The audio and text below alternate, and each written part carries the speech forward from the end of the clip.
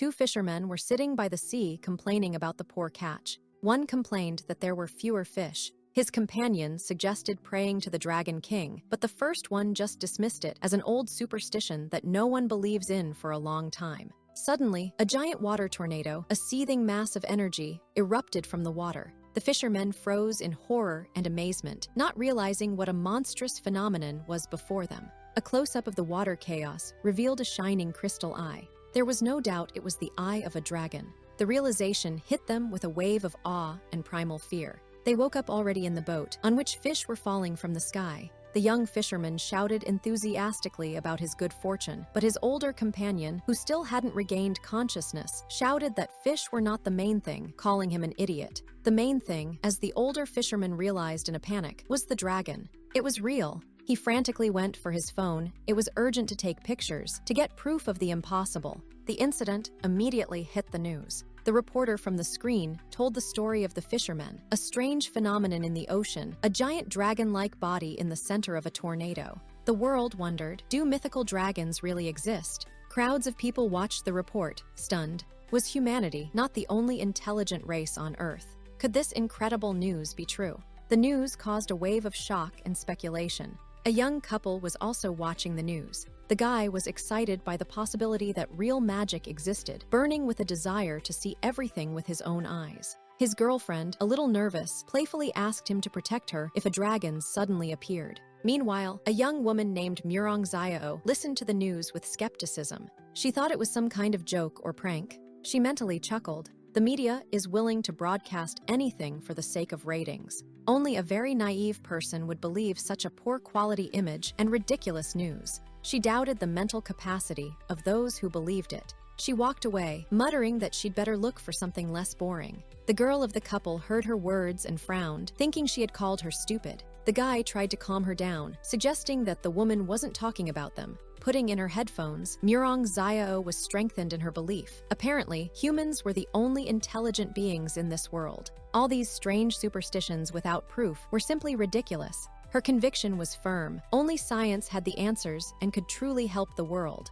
Suddenly, there was a commotion nearby. There were shouts someone had fallen. Murong Xiao resolutely squeezed through the crowd, demanding to be let through. This was Murong Xiao, an 18-year-old biologist and medical genius who graduated from university at the age of 12. In the face of the emergency, she confidently declared, "I am a doctor." Despite her kind heart, she possessed a sharp tongue and a very logical mind. Although her appearance was childlike, her character was generous. She hated being judged by her appearance or underestimated. The crowd hesitated. She looked like a child. Could she really be a doctor? Would everything be all right? A gawker called for silence, reminding them that human life is more important, and suggested that the critics help themselves if they could do better. Murong Xiao ignored them, focusing on the patient. Her professional skills took over. The first thing she did was to check the reaction of the unconscious man's pupils. Then she felt for a pulse on his neck. There was no pulse. She diagnosed that his heart had stopped suddenly. She quickly tilted his head back to allow a clear airway and ordered the gawkers to disperse, to give the man space and access to air. "Someone call 120, she commanded, and her voice shook with exertion. Mentally, she focused on the main task at hand. She needed to get his heart started, and as soon as possible. Noticing someone in the crowd, she pointed decisively at him, demanding help. "You, come here." The one she pointed at, a striking young man with white hair and piercing blue eyes, flinched and pointed questioningly. "Yeah." Murong Xiao wasted no time. She instructed the white-haired young man. He would perform CPR mouth-to-mouth while she took care of starting the heart. He couldn't help but marvel at her commanding tone. It had gotten to him, mouth-to-mouth, with this unconscious stranger. He recoiled slightly, embarrassed and squeamish, wondering if she was serious. Surely this must be some kind of mistake. But he quickly pulled himself together. "Okay," he mentally agreed. "Saving a life is more important." He resolutely knelt down, and they began resuscitation together, Murong Xiao doing chest massage and he doing CPR. After tense moments, the man coughed and came to his senses. Relief was reflected on Murong Xiao's face. "You're conscious, that's good," she calmly stated. The crowd exploded with applause and praise. "Amazing! Don't underestimate this little girl." Murong Xiao, however, looked visibly embarrassed, unaccustomed to such boisterous compliments and feeling awkward. Shaking off her praise, she got down to business again. "Excuse me, did someone call for 120?" she asked insistently, emphasizing that the patient needed oxygen immediately to stabilize his condition. Before she could worry, the white-haired young man spoke up, looking at his phone. "Hey," he interjected smoothly, showing his phone, confirming that he had already called. "The ambulance is probably almost here." He watched her with a slight smile, mentally noting how deceptive her appearance was. So young, yet such an excellent doctor, so calmly doing everything. It was hard to match her age with her skill. Murong Xiao mentally bristled at his thoughts, which she had somehow picked up on or assumed. Young age? Can't he see that they are the same age? Irritation flashed across her face. A compliment? It didn't seem like it. Judging people by their looks, even a handsome man like him sins. How infuriating. Her analytical mind took over. Looking closely, she noted his extreme pallor, both of skin and hair. It was conspicuous, unnatural looking. Sick? No, it didn't look like it. Mixed race, maybe. He shivered uncomfortably under her intense, scrutinizing gaze, feeling like a guinea pig. The wail of sirens tore through the air. "The ambulance is here," shouted someone as the car pulled up. Murong Xiao immediately ran up to the paramedics, directing them. "The patient is here." Watching her leave, the white-haired youth touched his chin, a thoughtful, almost predatory grin playing on his lips. "People are so interesting," he muttered to himself under his breath. Later, Murong Xiao was walking down the street, laden with shopping bags. She happily thought about the purchases, feeling satisfied despite her empty wallet. She had bought things that she needed and things she didn't need. Her poor wallet was now noticeably lighter. Okay, time to start saving money, but then her stomach rumbled loudly. Oops, bad timing. She suddenly felt brutally hungry. Her priorities instantly shifted. Food first. Let's find a place to eat, she decided. She found a restaurant, but it was full. The waitress apologized. It was very crowded. Would she mind sharing a table? Murong Xiao readily agreed. It's always crowded at lunchtime. It didn't matter. Sharing a table was no problem. The waitress escorted her to a table, and her eyes widened in shock when she saw who was sitting there. She pointed her finger involuntarily. "This is you." It was the white-haired young man from the ICU incident. A blush flooded her neck. The same man from this morning. How humiliatingly awkward to run into him again like this. She was speechless for a moment. He raised his head, and a smooth smile slid across his face. "Hey, meeting again," he greeted her carelessly. What a coincidence. Murong Xiao panicked. Eating together with a stranger she had just met under strange circumstances. The situation seemed incredibly awkward. The anxiety attack was building up. It was like that awkward silence on the bus on the way home next to a classmate. You barely know, you don't know what to say, and you don't really want to talk. But then she changed her mind. She was lucky he was there today. They'd saved that man together. She really should thank him properly. It would be the right thing to do. Encouraged by the thought, she gathered her courage and confidently declared, pointing at him, "This dinner is on me." In her enthusiasm, she literally climbed up the partition of the booth, pointing her finger. The waitress, surprised but professional, asked for their order. The white-haired man just stared, confused by her sudden, dramatic statement. The waitress, realizing, nervously shifted her gaze from one to the other. Do they know each other? Maybe they'd like a special hogo for two. He leaned forward, flashing a charming grin. "How can I let a girl pay?" He parried smoothly. "This dinner is on me." Murong Xiao mentally protested. No, her father had taught her to never owe anyone. He probably wouldn't agree to her paying anyway. This is her last boundary. She must insist. No, she insisted, becoming surprisingly aggressive. "Let's split the bill." Her firm refusal clearly stunned him. He blinked, completely confused. Since he was born, no one had ever rejected his offers like this. What was going on? Fortunately, the hogo arrived, diffusing the tension. Murong Xiao's eyes lit up at the sight and smell. Wow, this looks so delicious. He tasted the shrimp with the look of a seasoned connoisseur. The flavor was acceptable, he decided, but the shrimp lacked true freshness. He watched Murong Xiao across the table. Despite his criticism of the food, he remarked, "But this little asshole eats so happily." A flicker of amusement flashed in his eyes. "She's quite cute," he admitted to himself when she's eating in silence. Murong Xiao didn't notice anything, happily gorging on her food. Finally, food. She was starving. The TV screen nearby was once again showing a news report about the fishermen and the dragon apparition. His gaze slid to the screen as the reporter asked questions about the existence of dragons and whether humans were alone in their sanity on Earth. Murong Xiao glanced over, unimpressed.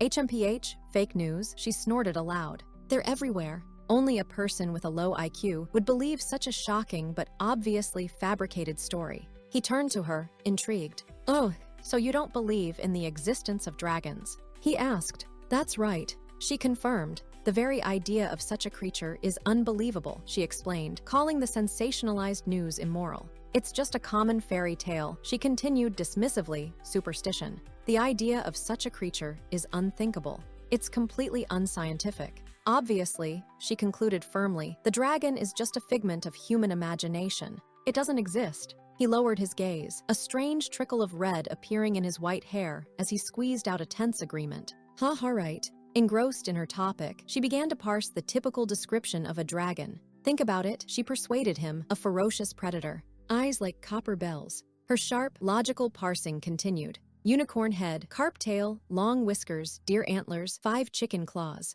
She listed incredulously. Clearly ridiculous. He gritted his teeth, inwardly seething. That bloody girl. More symbolic blood dripped. His patience was wearing thin. He thought with irritation, I really want to teach her a little lesson. He raised his head, a sly, dangerous glint appearing in his blue eyes. Oh, so you hate dragons, he probed, his voice deceptively smooth. Not that I hate them, she corrected. I'm just saying they don't exist. It's illogical to worship fictional things. Although, she admitted to herself, the special effects in that news video weren't bad. Suddenly, a thick, unnatural fog enveloped their table, obscuring everything else in the restaurant. Murong Xiao looked around confused. So much fog, what's going on? A huge, ethereal white dragon head, looking just like the one on the news, floated out of the mist. His voice echoed, cold and threatening. Human, I want to eat you. The dragon watched her reaction, smugly thinking, scared. But instead of shouting, Murong Xiao simply extended her hand towards his muzzle, her expression curious.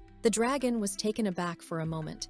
Her fingers touched the ethereal form. What is it? She muttered, intrigued. The dragon mentally recoiled. This girl, did she really dare to touch his face? He leaned closer, a little embarrassed and slightly worried. She didn't seem to be afraid of him at all. Wasn't she really afraid of being eaten? Murong Xiao just stared back, her scientific curiosity overpowering her fear. She jerked her hand away, grabbing her head, trying to comprehend. What had just happened? Had a dragon really appeared in front of her? No, that was impossible. Such organisms could not exist. Applying logic, she came to the only possible conclusion based on her worldview. Judging from all the information available, she must have been overworked from studying for her exams, which caused her to hallucinate. The dragon watched her musings, completely confused. After all, what kind of strange human girl had he met? But how could she be sure it was a hallucination? She needed proof. Then an idea popped into her head. There was one way to check. She pinched herself hard on her arm. Pain shot through her.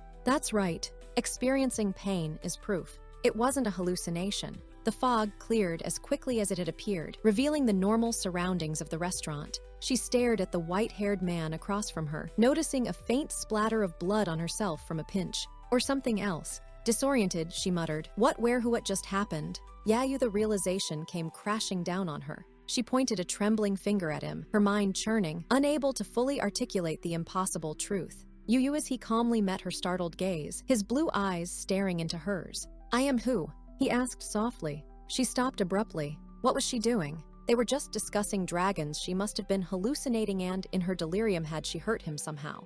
I'm the person who hurt you, right? She asked uncertainly, completely misinterpreting the situation. The white-haired young man blinked, completely caught off guard by her conclusion. He had expected her to shout, "You're a dragon." He had only meant to scare her a little, but now it was only making things harder for him. Believing that she had somehow attacked him while hallucinating, Murong Xiao quickly placed the money on the table. I'm so sorry, she muttered, insisting again, this dinner is on me. Oh look, it's already so late. She muttered, grabbing her bags. I have to go to work. I'll go first. And with those words, she ran out of the restaurant. Running away, she felt guilty. She needed to get home and get some sleep. She's a doctor, but hurting another person. What a failure. He was watching her through the restaurant window, a look of bewilderment on his face. Why did she run away? A small, almost comical patch appeared on his nose. He touched it lightly, and the faint smile returned. That girl, he muttered, is really hard to understand. Suddenly, telepathic thoughts intruded, appearing like text against a cosmic background. A voice called his name, Ao Jiao. Meet me at the old place. Ao Jiao mentally sighed. Why did they keep using telepathy when technology was so advanced? Nonsense, an imperious voice objected. Come here immediately. Ao Jiao had no choice but to obey. Yes, sir, he humbly replied. He mentally shrugged his shoulders, the band-aid still on his chibai nose. What an eventful day today, eh? He arrived at the rooftop, overlooking the glittering cityscape. A figure in a long coat stood back. Second uncle. Ao Jiao greeted him. His uncle really knew how to create an atmosphere, making everything mysterious and spy-like. So old-fashioned, thought Ao Jiao with slight irritation. Second uncle turned around. His expression was stern, almost lion-like. You just transformed, didn't you? I sensed it, he stated sharply. You think this palace is a place where you can do whatever you want. His gaze grew even more intense. If you fail the task your father ordered us to do, he warned seriously, you think you can stay alive. Let's see how you handle it. There's a limit to carelessness. Ao Jiao nonchalantly brushed off his uncle's concerns, assuring him that he had already joined the institute. His uncle sternly reminded him, calling him third brother, that they had not come to the human world for entertainment. Ao Jiao must remember his main mission. Ao Jiao straightened up proudly. His mission is to revitalize the dragon clan. His responsibility is the greatest secret of human evolution. He confidently informed his uncle that he had already qualified to attend the Human Genetic Research Institute's conference. He presented his pass. Ao Jiao, Research Assistant, ID 00544. Uncle was shocked. What? Uncle looked at the pass, and tears rushed from his eyes. He was overwhelmed with emotion. Whine, whine, whine. This he squeezed Ao Jiao in a tight, tearful embrace, exclaiming that the Ao family finally had such a genius. It wasn't easy. Ao Jiao painfully grimaced from the strength of the hug. Uncle glowed with happiness without loosening his grip. Ao Jiao cried out in pain, complaining about Uncle's prickly beard. Ao Jiao irritably pushed him away. Second uncle, let go. He rebuked his uncle for exaggerating and muttered that it was really time for him to shave. Ao Jiao tried to downplay the event. There's still an ancient deity clan joining the investigation. Isn't such a big deal. Uncle became serious again. Does Ao Jiao know how many people the palace has ordered no? How many young dragons have infiltrated human society in recent years to ferret out their secrets? Ao Jiao seemed indifferent. What did it matter? He sarcastically inquired how many there were in the end. Uncle gave a shocking number, 180 dragons. Enough to create an army. Ao Jiao was clearly stunned. That's too many. Uncle mocked the efforts of the previous dragons, saying that he would help the ignorant child broaden his horizons. Forget about scientific studies, most couldn't even finish high school, becoming artisans instead. He went on to list their mundane professions. Fast food deliveryman, cooks. Uncle boiled with anger, calling these jobs easily mastered. He exploded with frustration. It's so annoying. None of them want to go back to the palace. They prefer to grind in the human world. Ao Jiao wondered about their motives. It's strange that their race mixes with humans, investigating one thing and another. What is the ultimate goal? He asked bluntly, what does human evolution have to do with us? Uncle admitted that he doesn't fully understand it himself, but he knows that it's not just the dragon clan that's doing this. Who knows how many other races mixed with humans in this city? Now that Ao Jiao has the opportunity to communicate with top biologists, he must give his best. Ao Jiao dismissively agreed. All right, I know. He tried to leave, saying that he would go if Uncle had nothing else to do. Uncle stopped him. Wait. Uncle remembered the transformation he had felt earlier. And what happened to Ao Jiao's nose? Ao Jiao touched the patch. Ao Jiao evasively explained. He had dinner with a girl. Earlier she was careless and poked him a little. He felt that the explanation wasn't very clear, glancing nervously at his uncle's chibai reaction. His uncle grabbed him, shocked. What? You said a girl touched your nose. Is that true? Uncle yelled, completely distraught. Ao Jiao tried to pull away. That's enough. His uncle ignored him, lecturing him that the nose of an adult male dragon couldn't be touched by anyone. Ao Jiao thought that Uncle was just jealous. Uncle continued frantically. Had Ao Jiao forgotten everything in just a few days in the human world? If a female dragon touches his nose, it means he likes her. Uncle shook him furiously, bulging his eyes. She wants to spar with you. Ao Jiao looked completely exhausted by this melodrama. Ao Jiao calmly clarified. She's a human. And besides, it wasn't on purpose. He begged Uncle not to be so shocked. Uncle tried to take a closer look. Let me see. Were you touched when you were in human form? Ao Jiao forcefully pushed him away. Stop it. Don't be so gay. Ao Jiao walked away, annoyed. How could he even turn into a dragon so she could touch him? Scene change. Inside a modern laboratory, Murong Xiao was working when her friend, Zhang Xiao Yan, playfully pushed her. Xiao sneezed, and Xiao Yan teased that someone must be thinking about her. Xiao Yan leaned in, asking if Xiao had fallen in love recently, noting that she looked different today. Introduction: Zhang Xiao Yan, 20 years old, researcher, Xiao's roommate and closest friend. Xiao, focused on her experiment, clinically rejected the idea. Love is just a chemical release of dopamine and serotonin. She finished her task and held out the test tube to Xiao Yan. I'm done, take a look. Xiao Yan looked stunned. Xiao Yan was astonished. She had done this experiment countless times without success, and Xiao had succeeded on only the third try. She exclaimed that Xiao was truly special. How are you so good at this? Xiao Yan admired, trying to hug Xiao. I love you so much, Mua. Xiao lightly pushed her away, unimpressed. Xiao deftly explained, because I have a brain that's constantly on alert. Speaking of alert, she suddenly remembered. I had a hallucination earlier. The image of Ao Jiao's smirking face flashed through her mind. Go away, she mentally shouted, shaking her head. Why was she even thinking about him? Xiao Yan watched her curiously. Professor Hua walked in, informing Xiao that a new member, a young researcher, would be joining the gene research and discussion team. Introduction: Prof. Hua, 60 years old, director of the Gene Research Association, lead researcher. Prof. Hua explained that there is a research assistant named Ao Jiao, and he needs Xiao to mentor him a bit. Xiao professionally agreed and said she would go prepare. Professor Hua was satisfied. He could relax while she was in charge. He told them to keep working and left. Xiao Yan giggled. Ao Jiao, what a weird name, PFFT. Xiao told her that it was none of her business. Translator's footnote explains the pronunciation/meaning of the name. Xiao Yan was excited about the new team member, inundating Xiao with questions. How old? Male or female? Zodiac sign? Blood type? Xiao warned her to shut up or else she would do the experiments herself.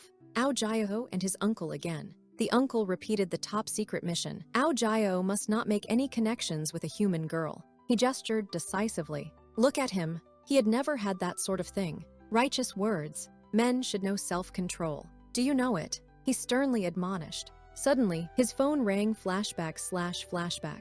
Another, softer voice came from the memory of the phone call. Baby, did you come to the store? No problem, I'll be right there. Ao Jiao idly watched as his uncle ended the conversation, cheerfully informing his interlocutor that he had thought of a great hairstyle for him today. Caught red-handed, his uncle quickly regained his stern expression. All right, I have things to do right now. Contact me as needed and report back. Ao Jiao stopped him. Second uncle, I never asked. What are you doing in the human world? Also, who is this little girl? Uncle smoothly put on his sunglasses. I'll give you this. He held out a business card to Ao Jiao, proudly proclaiming that he was the most famous barber of northern Greater City. It was a customer who called. Clients are babes, he declared, offering Ao Jiao a 20% discount if he ever needed a haircut. He then quickly left. Ao Jiao looked at the card, completely confused. I really don't understand anything. Left alone on the rooftop, he looked conflicted. How could he have a relationship with a human? How could he be interested in a human girl? Xiao's ghostly image appeared in front of him. An ominous red ball with an outstretched hand appeared against the starry sky.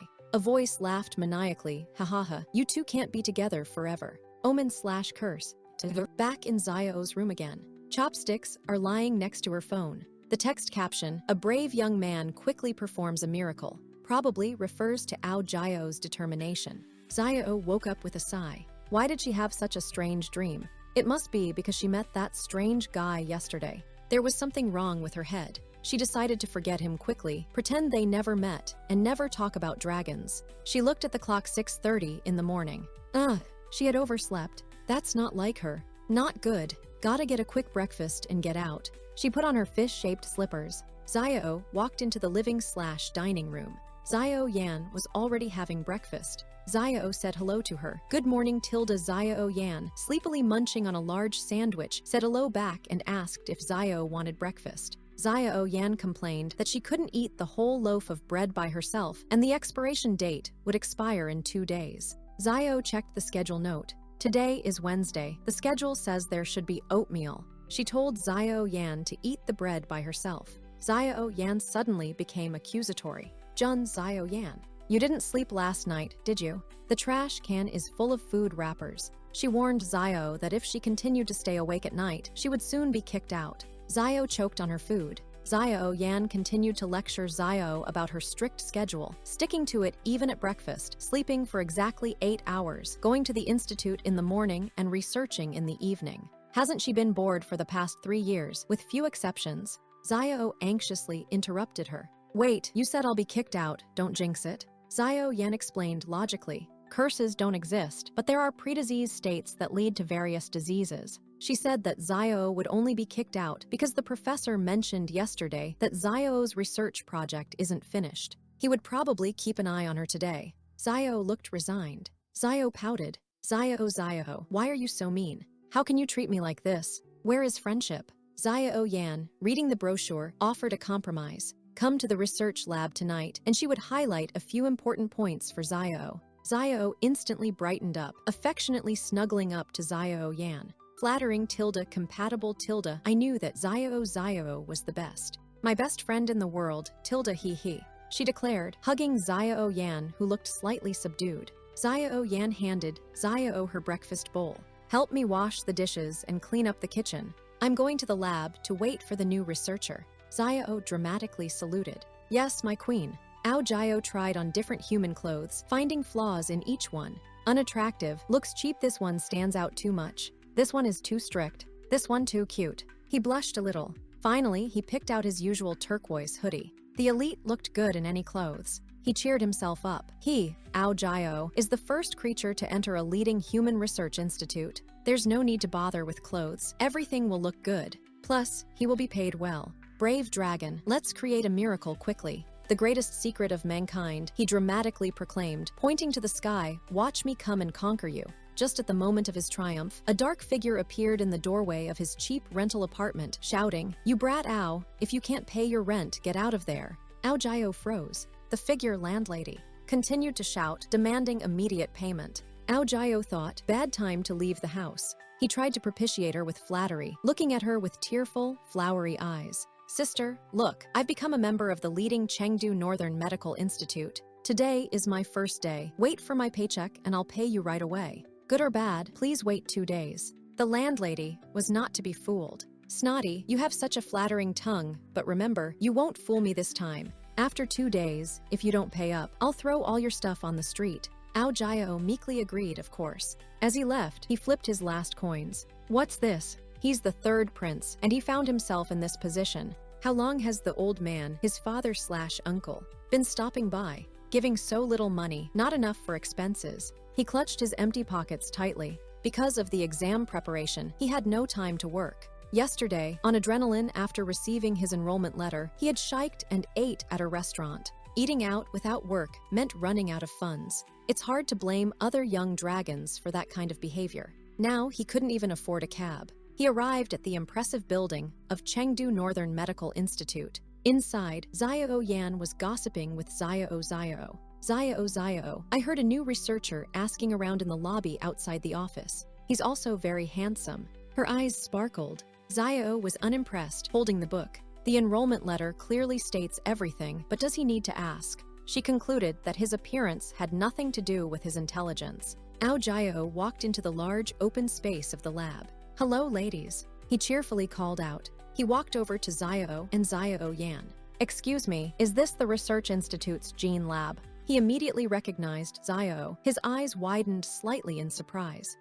It's you. Xiao gave him a blank, cold stare, mentally holding up a sign that said heartless. Who are you? Xiao was puzzled. Hey, don't pretend you don't know me. Do you remember yesterday? Xiao turned away, thinking that she should return the books to the library and she would read them until Monday. I don't remember, she retorted. He touched the band-aid on his nose. Do you? He inwardly wondered if his face was so ordinary that she couldn't remember it. Xiao finally looked at him properly, and recognition dawned on her. Oh, it's you. Xiao sighed in relief, but then adopted a serious expression. You should get to work.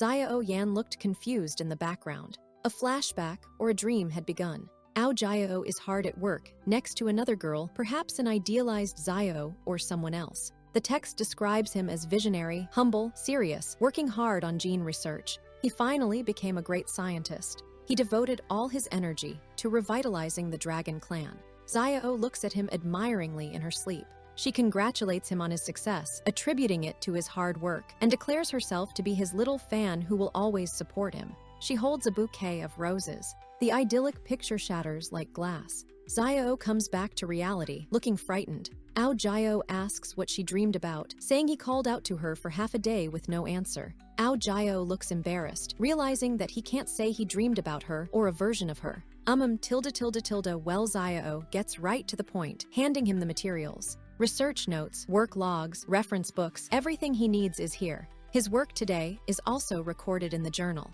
She places a huge stack of books in front of him. Read it all, and you must memorize it. Ao Jiao recoils, startled by her sudden proximity. He thinks, what kind of tenderness? Impossible. But outwardly, he smiles charmingly. Okay, he tries to clarify his role. I'm new here. I hope everyone will look out for me, but shouldn't my job be assigned by my mentor? Xiao Yan whispers to himself. He's handsome, but is he naturally stupid? Xiao and Ao Jiao both remain unfazed. Ao Jiao internally activates deduction time for Detective Ao Jiao. These two girls are probably research assistants as well. Undoubtedly, they are still young. Such an energetic person, Xiao, but she can't arbitrarily command them. Xiao Yan asks Xiao if Ao Jiao is really the person Professor Hua summoned. Xiao replies that Professor Hua doesn't have time to deal with such trivialities. Ao Jiao's eye twitches. Little things. He pouts slightly. Hey, you two ladies, I'm the one who passed the rigorous selection exam to enter the T Genetic Association Research Institute.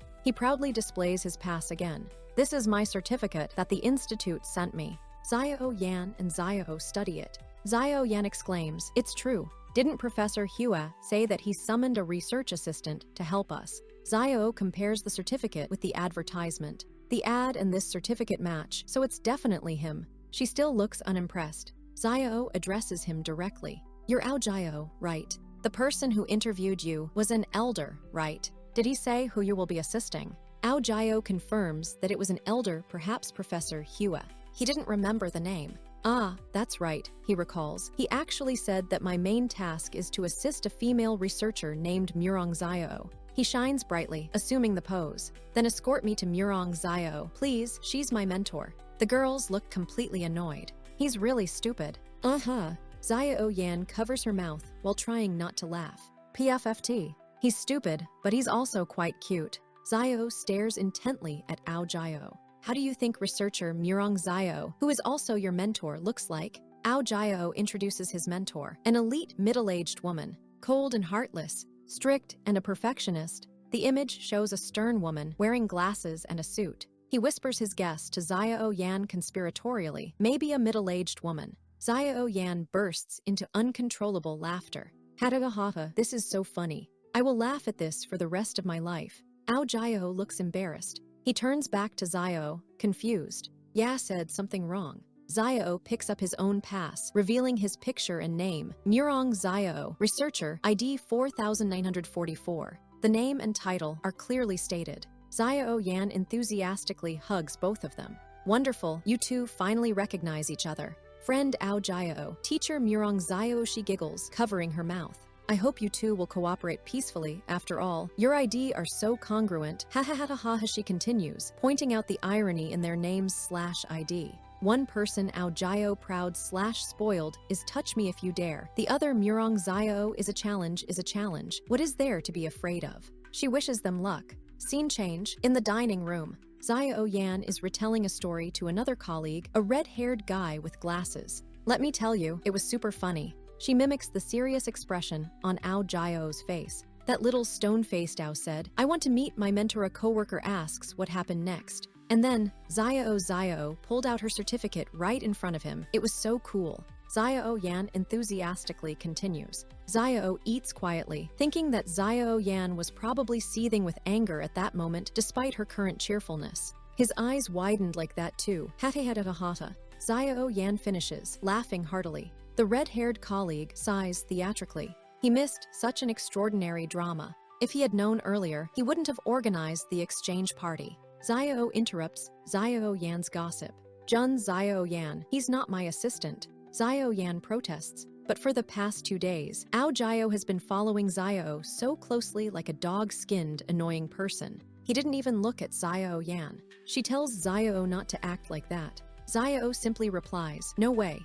Xiao reveals something surprising. Did Xiao Yan know that he only observed the experiment once yesterday and was already able to write down the entire protocol in order? If this continues, Xiao suggests, "My friend Zhang Xiao Yan, you could be our assistant in the future." Xiao Yan pouts indignantly. Xiao, after all, whose side are you on? The red-haired colleague is intrigued by Xiao's words. Xiao, you really intrigued me. Where did this little Ao come from?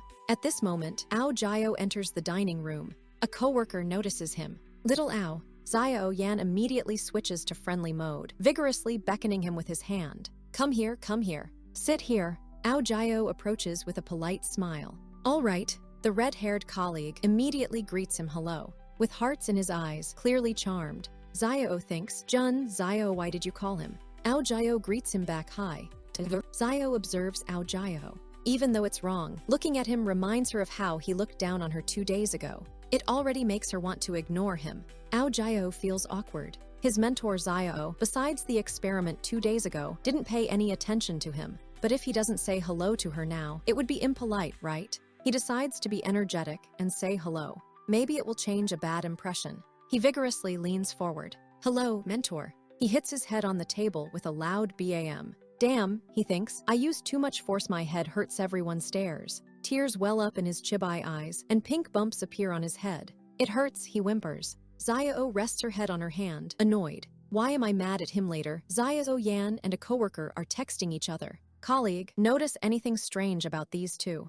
Xiao Yan, other than work, they haven't talked since they had a fight. They haven't made up, it's awkward. Colleague, what should we do? Xiao Yan, leave it to the energetic queen, that is me, I'll handle it. Xiao Yan approaches Ao Jiao. Little Ao, it's hard for us to understand why you, a man, have such a cute name. Ao Jiao smiles mischievously. Talking about it is a bit amusing. That year, he begins the story, when my old man went to the police to register my name in the house book, the policeman accidentally misspelled my name. Xiao Yan and a coworker laugh. The coworker asks why he didn't think to correct it. Ao Jiao shrugs helplessly. Forget it, my Ao family is poor. My old man can only breed fish, shrimp, crab, but not read. He sticks out his chest. That's why I can only rely on myself, study hard and move forward every day. His friends look skeptical. It can't be like this. Ao Jiao admits the truth. Flashback to ancient times. King Ao Guang of the East Sea ponders potential names for his unborn child boy.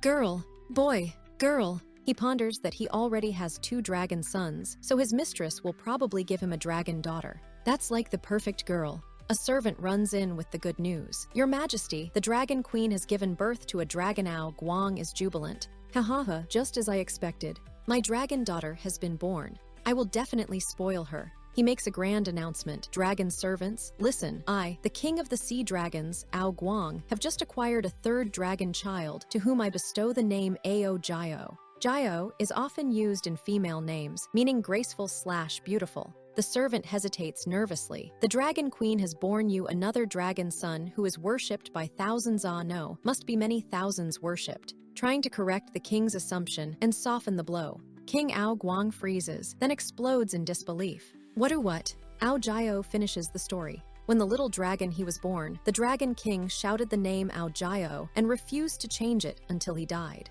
Ao Jiao sighs. His father, the Dragon King, is a true expert in deceiving children. Xiao listens attentively. Her gaze focuses. So that's why you tried so hard to get here. Ao Jiao looks confused. What? Xiao continues her deduction, her expression tense. You came here to change your family's fate, along with your own fate. Ao Jiao is stunned by her insight for a moment, then quickly comes to his senses. Right, no, let's just stop there. Xiao's facial expression softens slightly. Back then, 2 days ago, it wasn't so strange that she was suspicious of him. But he really was her assistant. But I shouldn't have ignored you, she admits, holding out her hand lightly. Because someone who risks his life for a dream can't be treated coldly. Forgive my earlier rudeness. Please forget that I also poked you with a needle, she adds quickly. Let's officially make up. She offers a handshake. Ao Jiao looks at her outstretched hand, then at her face. He thinks, amazed, that's the first time she's ever smiled at me. Xiao smiles softly. You don't need to call me mentor in the future either. You can call me Zio like them. Abstract figures applaud around them, symbolizing harmony. Wow, the love of teacher and student is stronger than gold. Zio immediately sternly corrects them. Jun Zio Yan, I will emphasize again, he is not my disciple. However, she continues, looking at Zio Yan, you are even less qualified to be a mentor. He's my partner. You don't need to call him Zio Ao. He's older than you.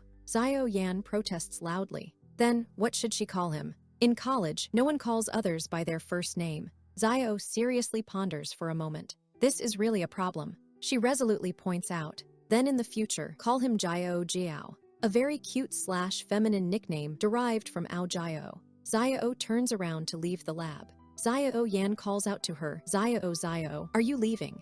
Zio stops, holding the book. I'm going too. She tells Ao Jiao, I'll be out for a while. Ao Jiao asks, slightly embarrassed, I mean, Zio, where are you going? Zio thinks about him. He's very serious about his work. He's just a bit obsessive. No matter where she goes or what she experiments, he's always there, non-stop asking questions. There are days like this every month, she says cryptically as she walks away. Ao Jiao looks after her, blushing and embarrassed. Days like this. He wonders if she's hinting at something. His mind draws a hasty conclusion. She's telling him straight up.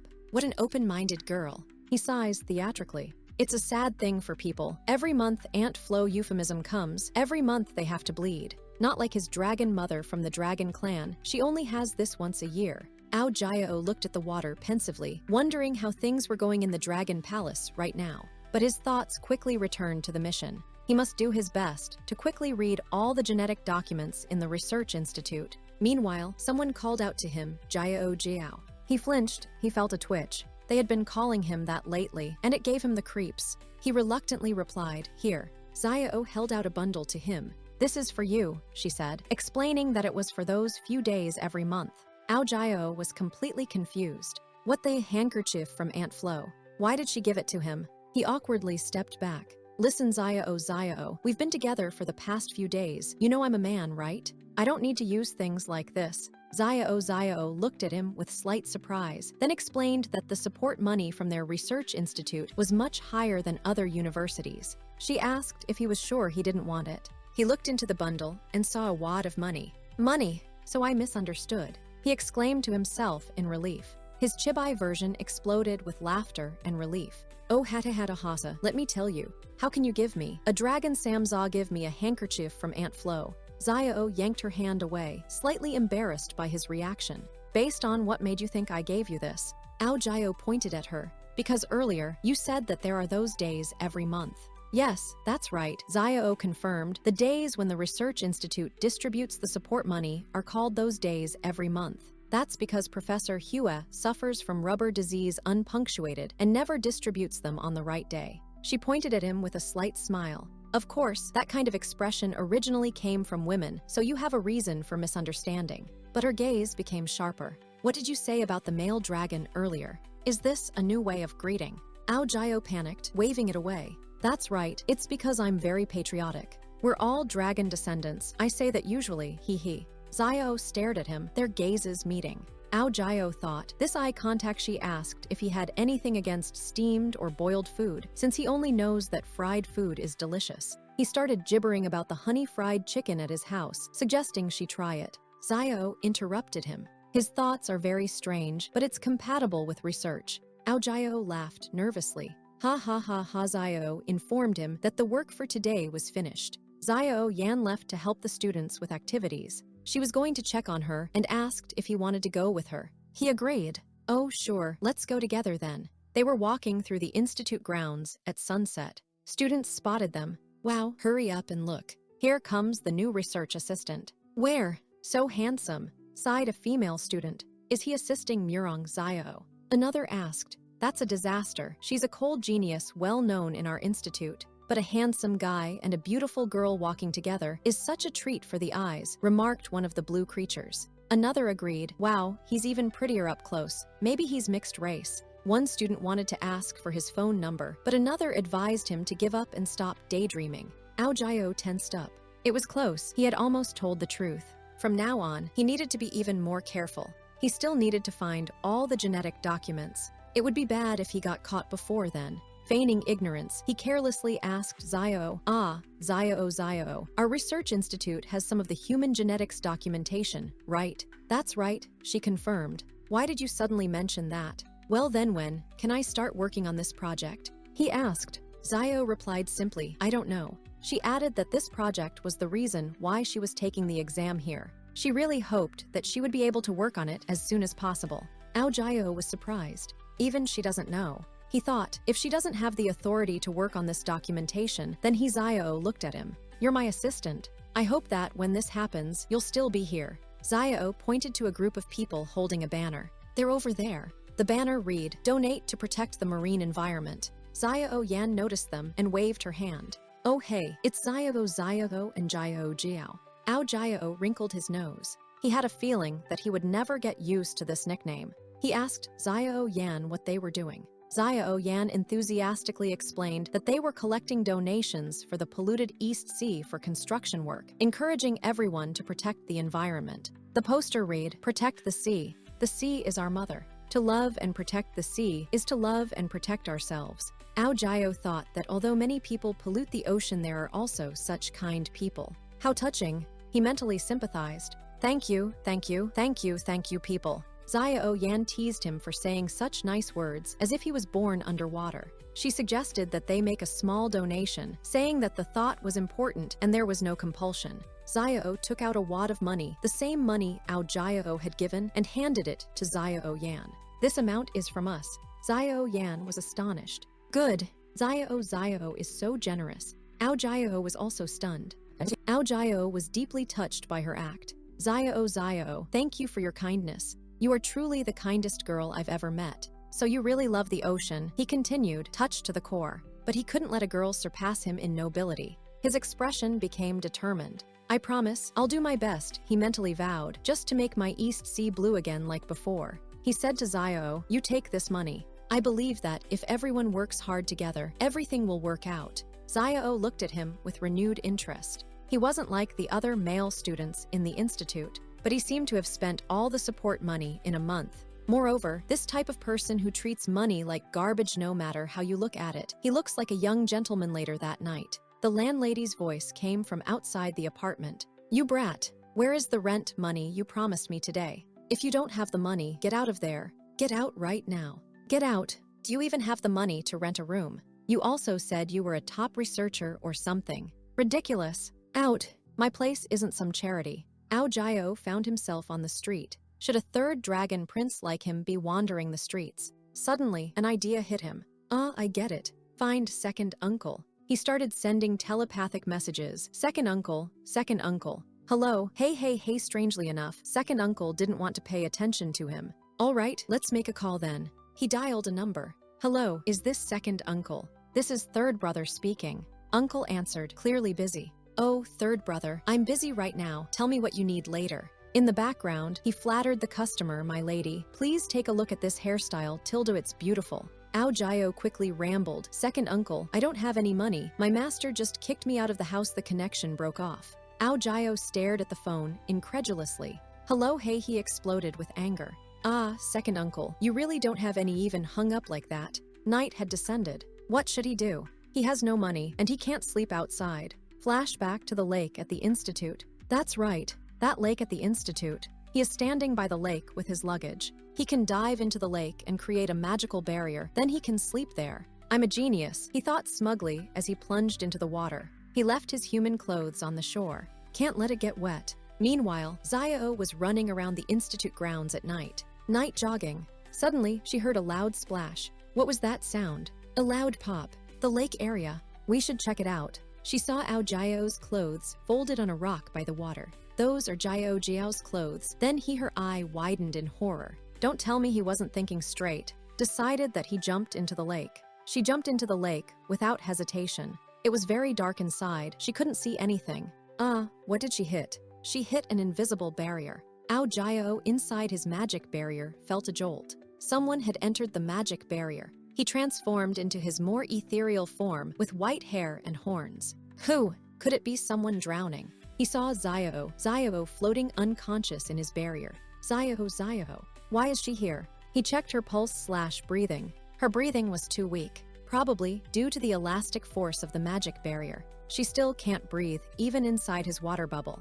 Damn, then that's all he has to do. He leaned over and gave her mouth-to-mouth artificial respiration, passing air to her. Her eyes flew open. He carried her to shore. Hey! She passed out again. Why did she faint again? He held her, pondering. His magical barrier repels the water and helps the drowning person. Why is she still not waking up? He took a closer look. Her eyelashes seemed to be very long and even look adorable. Zio came to her senses. You saved me. She asked what happened since she couldn't remember anything. Ao Jio blushed and held out a towel to her. Here's a towel. Take it and dry yourself off. You fainted, so yeah, he bounced back, stammering. Gave you CPR, not that I wanted to take advantage of you. Zio looked at him worriedly. Jiao, what kind of hardship are you going through that you tried to commit suicide in the lake? Can you tell me? She asked softly, still worried.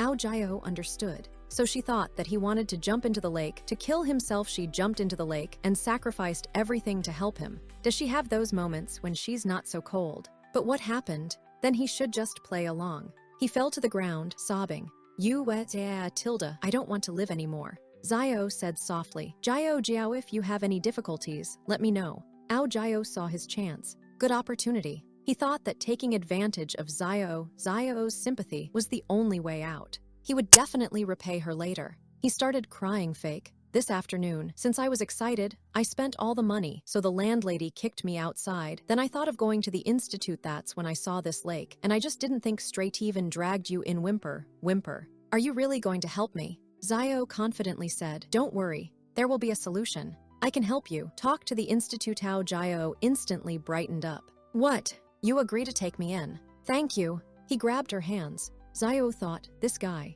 how can his mood change so quickly? I just said I'll try to talk to the institute for you. Zio tried to clarify. Ao Jio interrupted. Thank you very much. Hey, let me finish talking first. Zio protested. Ao Jio continued enthusiastically. I will follow you now. I will always remember your kindness. From now on, I'll take care of all the laundry and cooking.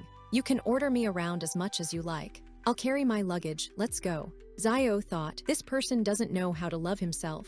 Zio sighed. All right then. I'm partially responsible for your situation anyway. You can stay at my place for now. I'll ask Professor Hua later if there are any apartments available at the institute. Ao Jio happily agreed, yes. Good. A few days later, the atmosphere in Zio and Zio Yan's apartment. Ao Jio is cooking in the kitchen. He thinks Zio likes to eat cereal. She's in a good mood. Zio Yan likes to eat pancakes. She's cheerful. He looks around the living room. Good. Everything in the house is nice and neat. He lists his chores, swept the floor, cleaned the table, washed the dishes, took out the trash. I'm definitely the best man of the century. He can't just slack off and live in someone else's house. I'm such a hardworking and understanding person, responsible besides, no. It must be a dragon. But still, Zio is the most reserved girl he has ever met. She wakes up at 6 a.m. sharp. Chibai Zio does her exercise, while Chibai Ao Jio sleeps with cucumbers on her eyes.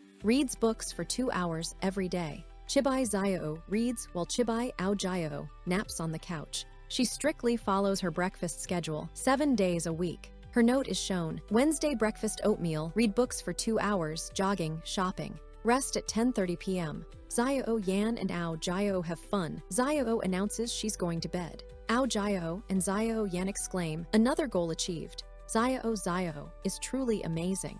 Tuesday, 5:30 a.m. Ao Jio thinks. Zio wakes up at 6 while Zhang Zio Yan is still asleep. Since I'm free, I'll go take a shower. His plan, wait for Zio to wake up, see that the house is clean and a handsome guy is serving a delicious breakfast. She will definitely let him stay here. Only benefit, no loss. He is shown in the shower. He hums a little song. Little girl wakes up early in the morning. Holding her pants to the bathroom, he comes out of the shower, wrapped in a towel, with a towel on his head, thinking the bathroom is occupied. There's no other way out. Zio, wiping his eyes, enters the living room. Hello, she thinks. I keep forgetting he's here too. I just opened the door and walked in. She points at him in shock. You. When did you enter? Ao Jio covers himself in embarrassment. She's even looking at me with such burning eyes. Zio is unfazed. Isn't that just a naked body? Surgery lessons have taught me so much. What area of the human body don't I know? What is there to be so surprised about? Who are you calling a bully? The door wasn't locked either. Quiet, I want to use the bathroom, she commands, pushing him to the side. Ao Jiao wonders, was I joking around too much? He apologizes and says he'll leave now. He quickly closes the bathroom door behind him, crying in embarrassment. Clearly, everything was visible. At breakfast, Ao Jiao cheerfully says, Ziao, eat your breakfast, it's Wednesday. I made oatmeal. Ziao thinks, but it's Tuesday also. Isn't he a bit too attentive lately? Ao Jiao eagerly waits for her reaction. What's wrong? Hurry up and eat it, and tell me if you like the taste. The characters on his cheeks mean waiting. Ziao is conflicted. The demon on his shoulder says, don't worry. It's just Jiao showing kindness. The angel objects, how can you disrupt your schedule? He's just deciding for others. She tastes the oatmeal. The flavor is exactly what she likes the most exquisite. Ao Jiao asks, Ziao, how do you like the taste? Ziao answers coldly, it's fine. Ao Jiao thinks, how cold. He laughs nervously. Ziao starts to lecture him. Jiao, when someone sees you while you're taking a shower, the correct way is to cover your face instead of your body so that the other person can't know who you are. The wrong and right ways are shown. Am I right? She asks with a serious face. Ao Jiao thinks, how can she say that with a nonchalant face? He replies, Ziao, you are right. Next time I will definitely cover my face. Ziao thinks for a moment. Thinking back, even if you're completely naked, I'll still be able to recognize you. Ao Jiao is startled. You done this to me already. Don't tell me it was when I was sleeping. Imagines Ziao as a ravenous beast looming over him sleeping. At this moment, Ziao Yan enters, shocked. You were so horny early this morning that you wanted to strip Jiao naked. Ziao explains to Ziao Yan, who has already woken up, that there are only 3 people in the house. How could one not recognize him, even if he wanted to? Ziao Yan blames Ao Jiao. It's all because of Jiao, singing those weird songs with pitch shifts, waking me up when I heard it. She teases him, what are you, an old man? Ao Jiao is puzzled. Was it really loud? He usually listens to second uncles singing. Ziao Yan suddenly notices Ziao eating oatmeal. Oh my god, Ziao made an exception and is eating oatmeal today. Today is not Tuesday. She squeezes Ziao's forehead. Are you okay? Do you have a fever? Ziao just keeps chewing. Ao Jiao is in a panic. Tuesday? What? He's already ruined her plan. He's worried. She won't kick him out, right?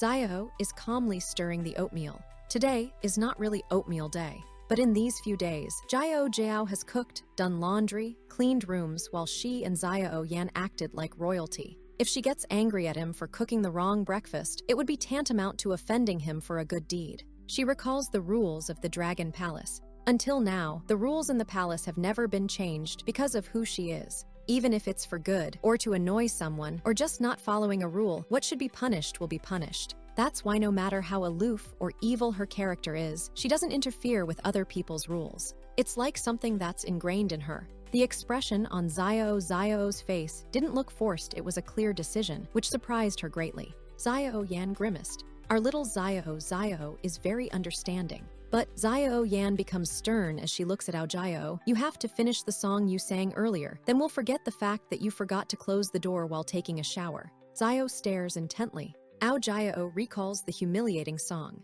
A little girl wakes up early in the morning, holding her pants to the bathroom. The bathroom is occupied. There's no other way out, he thinks. Public condemnation. Then she'll have to pull up her pants. Ziao corrects him, HMPH, so it's not, then she'll have to poop her pants. She instructs him, you clean up and then follow me. Something important is going to be announced at the research office today. Ziao Yan is indignant. Enough. You two have already eaten. I'm still eating. A document is shown, selection of research team members for the genetic documentation project. Ziao explains to Ao Jiao. The selection plan is to submit a thesis to participate. If he wants to join the selection, he will have to work hard on it. Ziao is watching him. Calm, mature, maybe he can work well with her. Ao Jiao is cheering. Ho, finally. Luckily, he didn't give up. That's just as well. Ziao looks at his reaction. Looks like she needs to understand him a little better. A coworker informs Ao Jiao that he has a visitor on the first floor claiming to be his relative.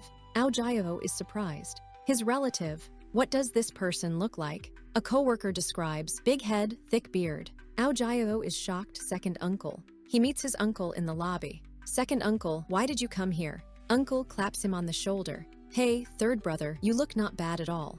Did anything fun happen recently? Ao Jiao sarcastically replies that thanks to the blessing of this old master, he didn't starve to death on this human land. Uncle laughs. Don't be so petty. You've already hit me. Now listen to me for a while. Don't be angry, my cute little child. He rebukes Ao Jiao. Look at him, not answering telepathy or phone calls, directly hung up on him. How could he hang up on his second uncle? Ao Jiao calmly replies. That old saying is true. The life of a dragon human is like a phone call. Didn't you hang up on me first? That's why I had to do the same. He changes the subject. After all, why are you here? Uncle smiles slyly.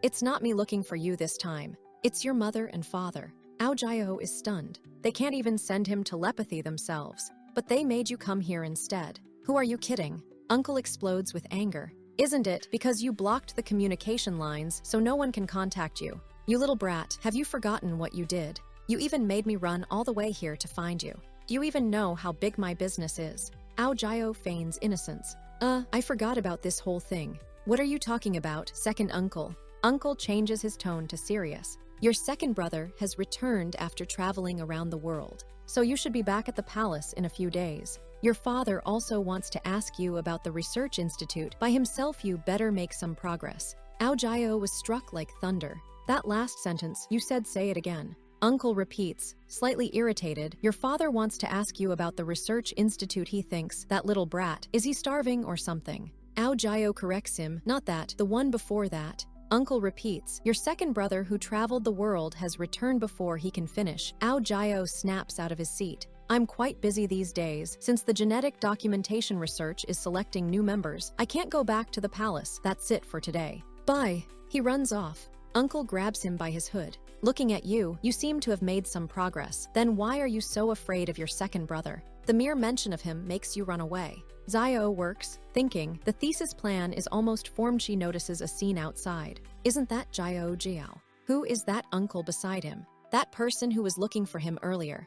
Uncle drags Ao Jiao, scolding him. How could someone like you appear in the Ao family? Useless, afraid of everything, trash disgracing your father. Ao Jiao shouts, second uncle, let me go. Xiao walks over to them. Hey uncle, this is a public place. You shouldn't do that. Uncle turns to her, annoyed. Hey little student, I'm giving a lecture to my nephew. It's none of your business. Xiao is unfazed. In such a crowded place, so fierce as a blood uncle. All right then. It's a matter between uncle and nephew. I really can't control it. The uncle snorts. That girl, so curious. Xiao stops abruptly, her eyes lighting up red. Exclamation, a girl. Uncle sees her turn around, panic gripping him. Why did she suddenly turn around? Her eyes are so scary. Is the girl up to something? She looks so small, but suddenly, her eyes are so aggressive.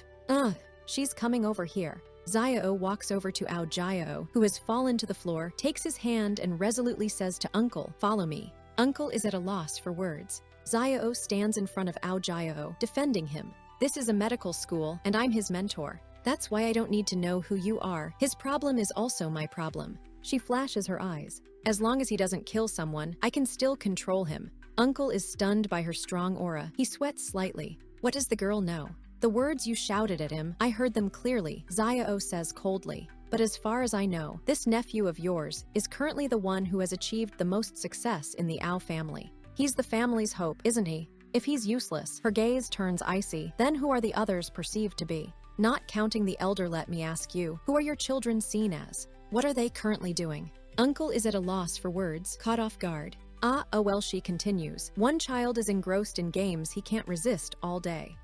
The other is aggressive and bullies his classmates at school. Xiao continued, painting a picture of second uncle's daughter. Moreover, Xiao's voice turned cold. All of Jiao Jiao's money was donated for the good of the environment. He was kicked out by the landlord and you just let him wander the streets without a care. He almost jumped into the lake to kill himself without listening to anyone. You said he dishonored the family. Now, who is really dishonoring? The uncle was dumbfounded. The girl called him Jiao Jiao. He jumped into the lake to kill himself. Xiao continued her attack. It seems like you don't care about your nephew at all, only your ancestor's appearance. Besides, you came to visit your nephew today, but you still have a thick, unkempt beard. So you don't look like a good role model at all. Doesn't your nephew need to save face then? Her tone was harsh. Uncle exploded. What's that look? Who has a thick beard? Unkempt. It's called ART. Look closely, girl. I'm a famous barber. Look closely. This is my business card, he declared furiously. Xiao took the business card, her expression thoughtful. I heard Xiao Yan talking about this salon. The technique is very bad. The owner is selfish. She looked at her uncle. Uncle, it's not you, right? Uncle went into a rage, blood spurting symbolically. Girl, say it again. Xiao didn't back down. But I'm not doing anything wrong. A handsome like him, also clean, should have a responsible middle-aged man to call him uncle, but you're actually like that. At most you could be considered, as uncle interrupted impatiently, considered as what? An old man. Xiao finished with murderous calmness. Xiao took Ao Jiao's hand. Let's go. They walked away, leaving uncle behind. Uncle was seething with rage. You damned girl, I want to eat you. Ao Jiao abruptly turned around, his gaze turning icy and protective. This person, his voice was low and threatening. You can't touch. Uncle was stunned. This kind of facial expression, is this the Ao Jiao he knows? This brat because of a little human girl? Ao Jiao chuckled to himself. Flowers bloomed on his head. Illusion. Since she was his mentor, a genius lady, whether or not he would get access to the genetic documentation was all up to her. His uncle stared after them, his thoughts occupied with cute kitties and a song about cat language. He answered the phone. Honey is here. Good, Tilda, I'll be right back. He whispered Ao Jiao goodbye. This girl has a really smart and scary mouth. You have to be careful and can't be cranky. I pass the words to you. Whether or not to return to the palace is up to you. And with those words, he left. Ao Jiao turned to Xiao. Xiao, thank you for today. To be honest, my second uncle isn't a bad person. There are times when he loves and worries about me. For what he said wrongly, I apologize to you. Xiao resolutely interrupted him by placing her hand on his folder. No need. Naturally, these things don't concern me. Simply because I'm not used to seeing it. She turned and walked away. You should thank the highlighted parts in my thesis. I've already marked the important parts in the book. I still have work to do. I'll go first. Ao Jiao smiled softly after her. Yes, he thought, she clearly has a strong sense of justice, very gentle with other people, but in the end, she wants to use coldness to hide her kindness. How should I put it? Xiao, a really strange girl. He frowned while holding the folder. Do I really need to go back to meet this devil? Scene change. The second brother looks off into the distance. Humanity, he thinks coldly. I still can't sympathize with them. Xiao Yan drunkenly hugs Xiao. Let's go have a drink. We have tomorrow off. Xiao thinks, that crazy girl. She says, aren't you already? Xiao Yan notices Xiao looking at Jiao Jiao. Yo Tilda, why are you staring at Jiao Jiao like that? Let me see. She squeezes Xiao's cheeks. Don't tell me you finally realized that Jiao Jiao is handsome. That's how our Xiao sometimes falls before male beauty too. The spring of innocent love. Xiao thinks, so drunk that she dared to play on the queen's head. Xiao Yan pokes Xiao's cheek with her finger. Don't tell me that the ice mountain has almost melted. I feel like you two have been playing cat and mouse since the beginning. Xiao hissed, you better be quiet. Xiao forcefully throws Xiao Yan back into her room. Xiao thinks, practice every day. Xiao thinks irritably, so annoying. She locks the door while Xiao Yan yells, let me go, I'm not drunk, let's keep drinking together. Xiao thinks, better lock up. Drunk Zhang Xiao Yan equals talking nonsense equals locked up is safer.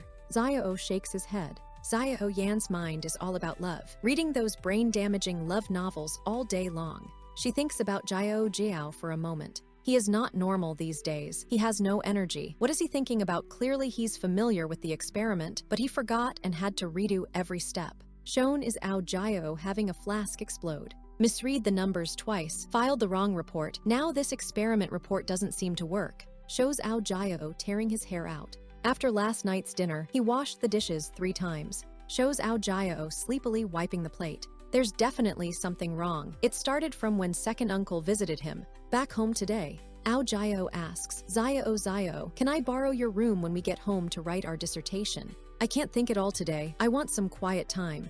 Xiao agrees, sure. Xiao ponders. With only 2 bedrooms in the house, he sleeps on the couch in the living room. No personal time to write a thesis. It's really inconvenient. But when they got home, he just sat in front of the window for 3 hours without writing anything. Did he encounter any difficulties? She suggests, you can tell me about the difficulties you faced in writing your dissertation. I'll help you. She thinks, constantly invading my room like this, I can't sleep. Ao Jiao abruptly turns around. I'm sorry, what did you just say? Xiao. Xiao thinks there's really something wrong with this guy. Anger indicator 20%. Xiao is internally agonizing. After all, should he go back or not? Xiao asks, I said, is there something you don't understand? Or tell me what you're thinking. He thinks selection time is now. How do I explain to her? Though I don't want to lie, but now is not the time to tell the truth. Xiao explodes. Xiao, are you listening to me? Anger indicator 50%. Xiao flinches. After all, what's going on with you these days? If you're not distracted, you're making a mistake. This is an important moment. You're not paying attention to the thesis. This opportunity is going into the wrong hands. You have to tell me everything that happens to you during this period. Xiao thinks what to say. That I don't want to return to the Dragon Palace to meet my second brother. Or that I'm a white dragon. Then she'll capture me for experimentation. He averts his gaze. Well, you wouldn't understand. Xiao becomes furious. Anger indicator 100%. What I won't understand, I can study this and do an experiment. She lists her achievements. Genius since childhood, from galaxies to Earth, always ranked first. What is it about this simple sentence that you can't understand? Xiao is startled. I said something wrong. Her angry face is truly terrifying. Thinking back, second brother's anger doesn't seem like such a big deal. Not good. I still want to live. He desperately leans towards her. Hey, something happened in my family. What happened? Xiao asks, her anger subsiding slightly. Xiao starts crying fake. Honestly, my second brother was in a car accident and lost his leg. My family called me back to see me. His eyes shine stars from his acting skills. Obedient. He continues to whimper, but I don't want to quit my job. It also affects you. The thesis isn't finished, but I'm also worried about my second brother. That's why whine. Xiao softens, stroking his head. So that's what happened. Looks like I accused him in vain. He must be really worried. Good boy, good boy. She strokes his hair. Soft fur. Like the cat that grandmother keeps. It feels so nice to stroke. Having a pet is a good thing. She rubs his head. Xiao inwardly cheers. Oh yes. Turned danger into safety. Harmony is restored. A few hours later, Xiao is standing with a suitcase. Xiao asks, are you leaving now? He confirms, that's right. He says, the boat ticket is booked. It leaves tonight. Then be careful on your way. Come back soon. Xiao wishes him. Xiao assures her, don't worry, if I have to crawl, I'll come crawling back here. Xiao smiles. All right, I'll do the qualifying thesis first, then I'll wait for you to come back and let you know. She watches him leave. There's still something wrong with him. He said he was going home, but he actually looks like he's going to the battlefield. Maybe it's just my imagination. Scene change. The Dragon Palace is underwater. King Guang of the East Sea greets Xiao in his true dragon form. My son, you have returned. He hugs Xiao. The first university student in our family, Zhu Fen Mao King Yan Chinese saying, to have a joyous occasion. Father, that's enough. Why did you rush me back in such a hurry? Right now, the top priority is gene documentation. Guang waved it away. Well, that not necessary yet. Xiao is shocked. Not needed yet. But didn't you make me find it no matter what? But what happened now? Guang smiles enigmatically. Because I have an easier way. Second brother appears. It's been a long time. Third brother. Don't think I don't know what you're up to. You can't do that thing of yours. He approaches Xiao. Hey, third brother, since when do you dare to snap at your second brother? Xiao clenches his fists. I'm only discussing matters. All right, second brother says. Anyway, the Ming Festival for Foreign Races is being held at the Dragon Palace this time. Then it's up to the heavens, referring to the upcoming confrontation.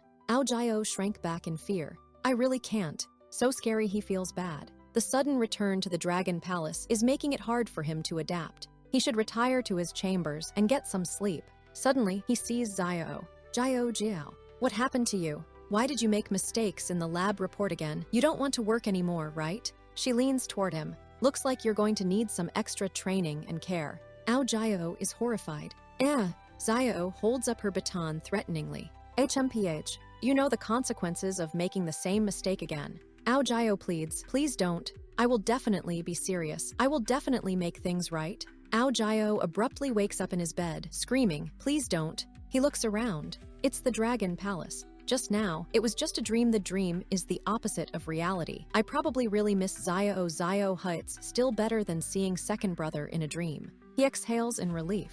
Second brother appears at his bedside. Third brother. Xiao flies backwards in panic. What do you want? Stay away. Heh, third brother, it's me. The mask falls off, revealing his twin sister, Ao Ding Dan. Third brother, you're finally back. I've missed you so much. Introduction: Ao Ding Dan, Ao Jiao's younger twin sister, hasn't left the Dragon Palace since she was a child. She holds up the mask of second brother. This is really fun. It looks real, doesn't it? Hey. She can also change her facial expression. How amazing. Just like second brother. Ao Jiao shouts, "You almost scared me to death." Ding Dan giggles. She says quietly and sweetly, "Isn't it your fault? You went to the human world to train and didn't take me with you.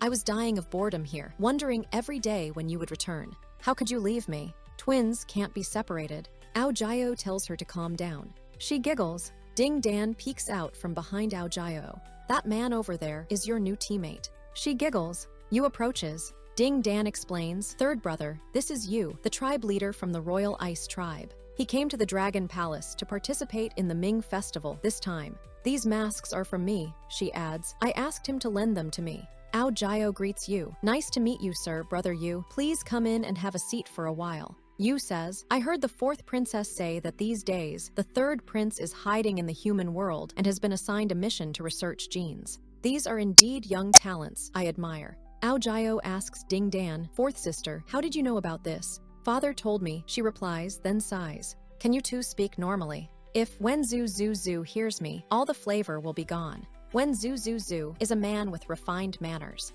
Yu suddenly explodes with anger. "Good. When I'm in the human world, I see all kinds of debts and loans. Women don't have any respect or consideration." Ao Jiao is shocked. "This person where is that gentle gentleman from the past?" Ding Dan says to Ao Jiao, "Third brother, word has spread. They've learned that you're an excellent scientist researching the human gene. Pretty soon, you will be able to receive the prize of human. Nobel Prize." Ao Jiao corrected, inwardly thinking, "Dragon Palace father, if you don't brag for one day, will you die? Why don't you go up to the sky and do the same?" Yu explains, "That's why the Ming Festival in the Dragon Palace this time is dedicated to discussing the human gene issue. Third Majesty is the protagonist." Ao Jiao still doesn't understand. "That's right, I really don't understand why our clan is so concerned about the human world. I've already asked second uncle. It's strange that he doesn't know either." A voice booms out, "Then let me tell you, little brother." Ao Jiao jumps up. Second brother appears. The story is as follows: the world is limited. All beings are born and evolve.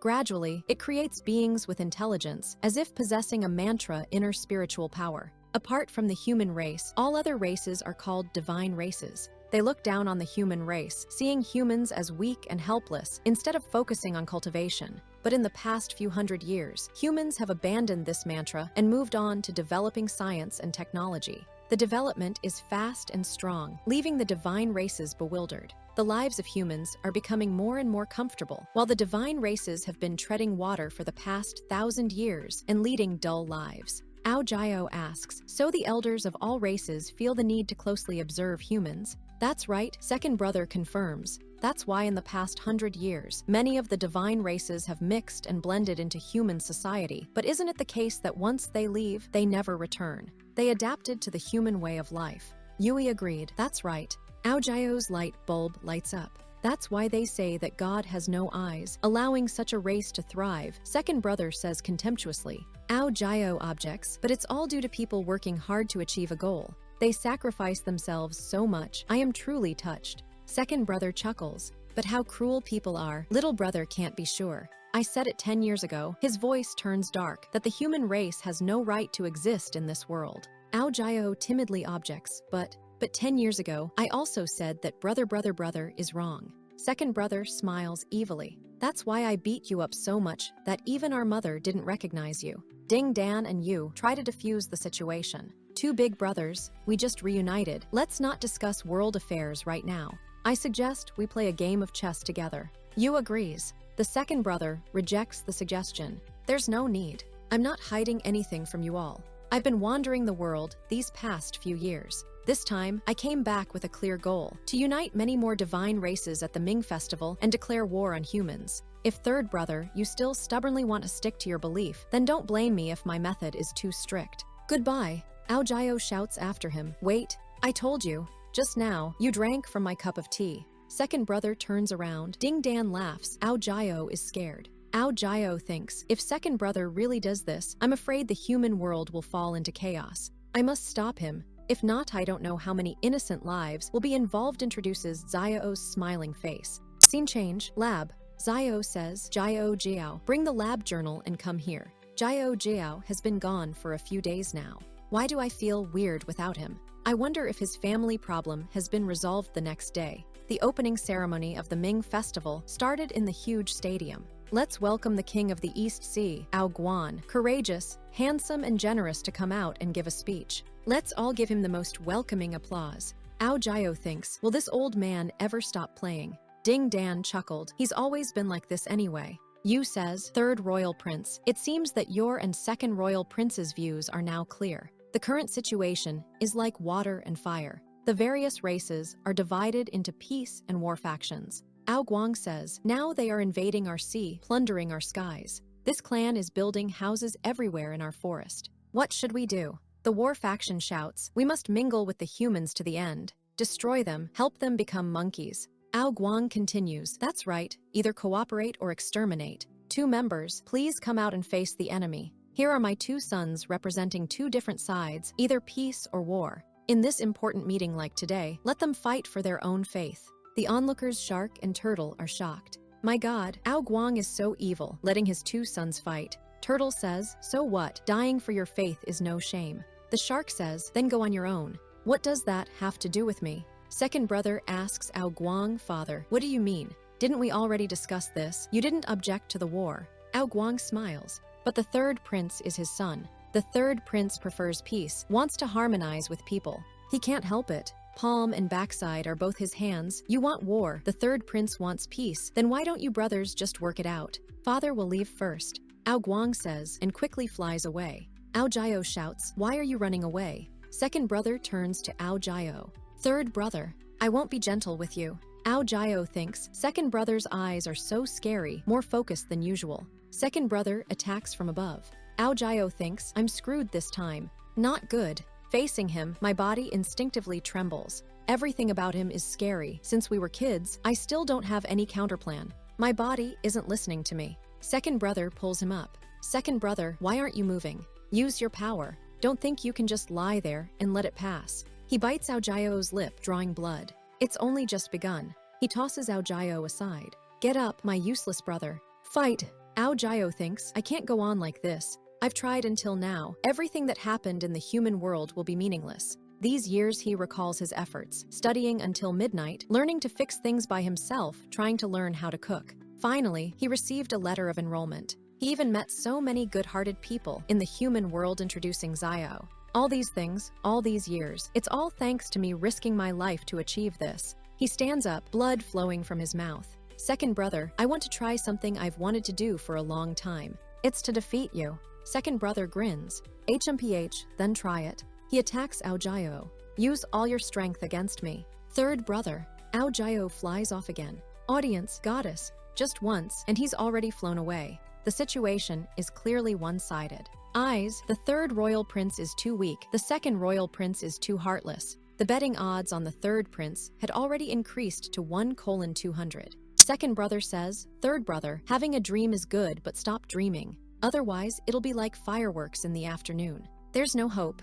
Flashback, second brother says to young Ao Jiao, you should be obedient and read all these books. You're a prince, you're not allowed to cry. Young Ao Jiao cries, second brother. What, you still want me to be beaten with a leather whip? Father gave me permission to teach you. Ao Jiao is in chains, surrounded by lightning. Second brother, what have I done wrong? Second brother says, you are an immature prince, yet you chose to wander the human world without permission. Are there still any rules and regulations left in this dragon palace? From the second you stepped outside, you should have realized this. Ao Jiao bounded towards the kite. Second brother, put me down. Second brother, I'm wrong. Put me down. Second brother, even when you're brave enough to face it, you're still not allowed to come down. Ao Jiao shouts, second brother. He thinks not good. Although I've resisted countless times since I was little, I'm still lying in his palm. These years living in the human world, I thought I had forgotten everything that happened, but not at all. Those fears are engraved in me. I can feel it in every cell of my body. That's right, that feeling of fear. Just like that. Last time, Xiao got angry. The oppressive feeling from second brother had completely disappeared. From now on, I must seize this moment.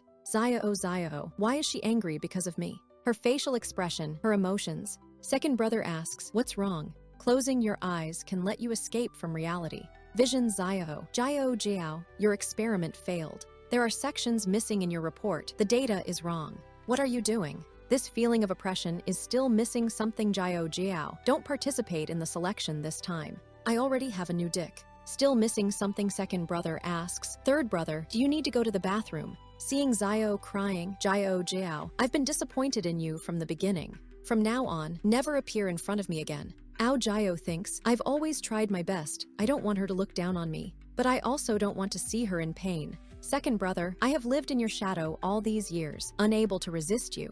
Today, I'm not going to say anything about protecting the human race. I just want to defeat you. He gathers a powerful energy ball. Second brother smiles. Good, you've finally thought things through. Only by being like this are you worthy to be called my brother, second brother says, his hand crackling with energy. I'll fight you. Dean Dun panics. What to do? The dragon aura has appeared. The two brothers want to risk everything. Shark and Turtle are holding their breath, shocked by the tension of the battle.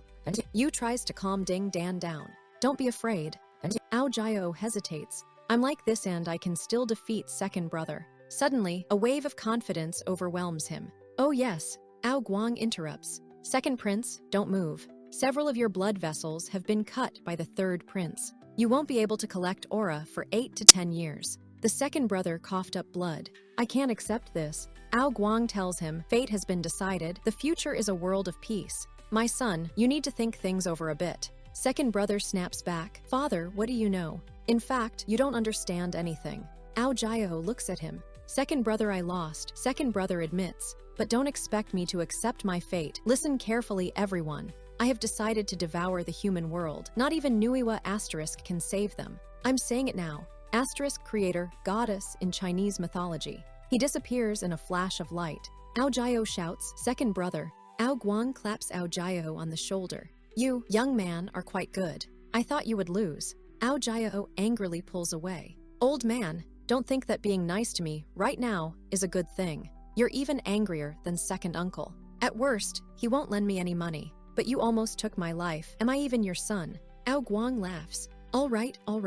I'll reward you with this red envelope sealed with the power of a dragon. You can only unseal it in the human world. You must hide it well. You must get those genetic documents. The maid walks up to Jiao. Your Highness, the queen invites you. Guang lets them go. All right, you are free to go. Third prince, you better pack up and leave. Tian Lin, I'll assign you to take care of Ding Dan. Remember, you can't let her wander around the human world. Jiao says, I'll leave first. You and Ding Dan look after him. Ding Dan stomps his foot. You yourself will be scolded by mother, and you still control me. Father, you're evil.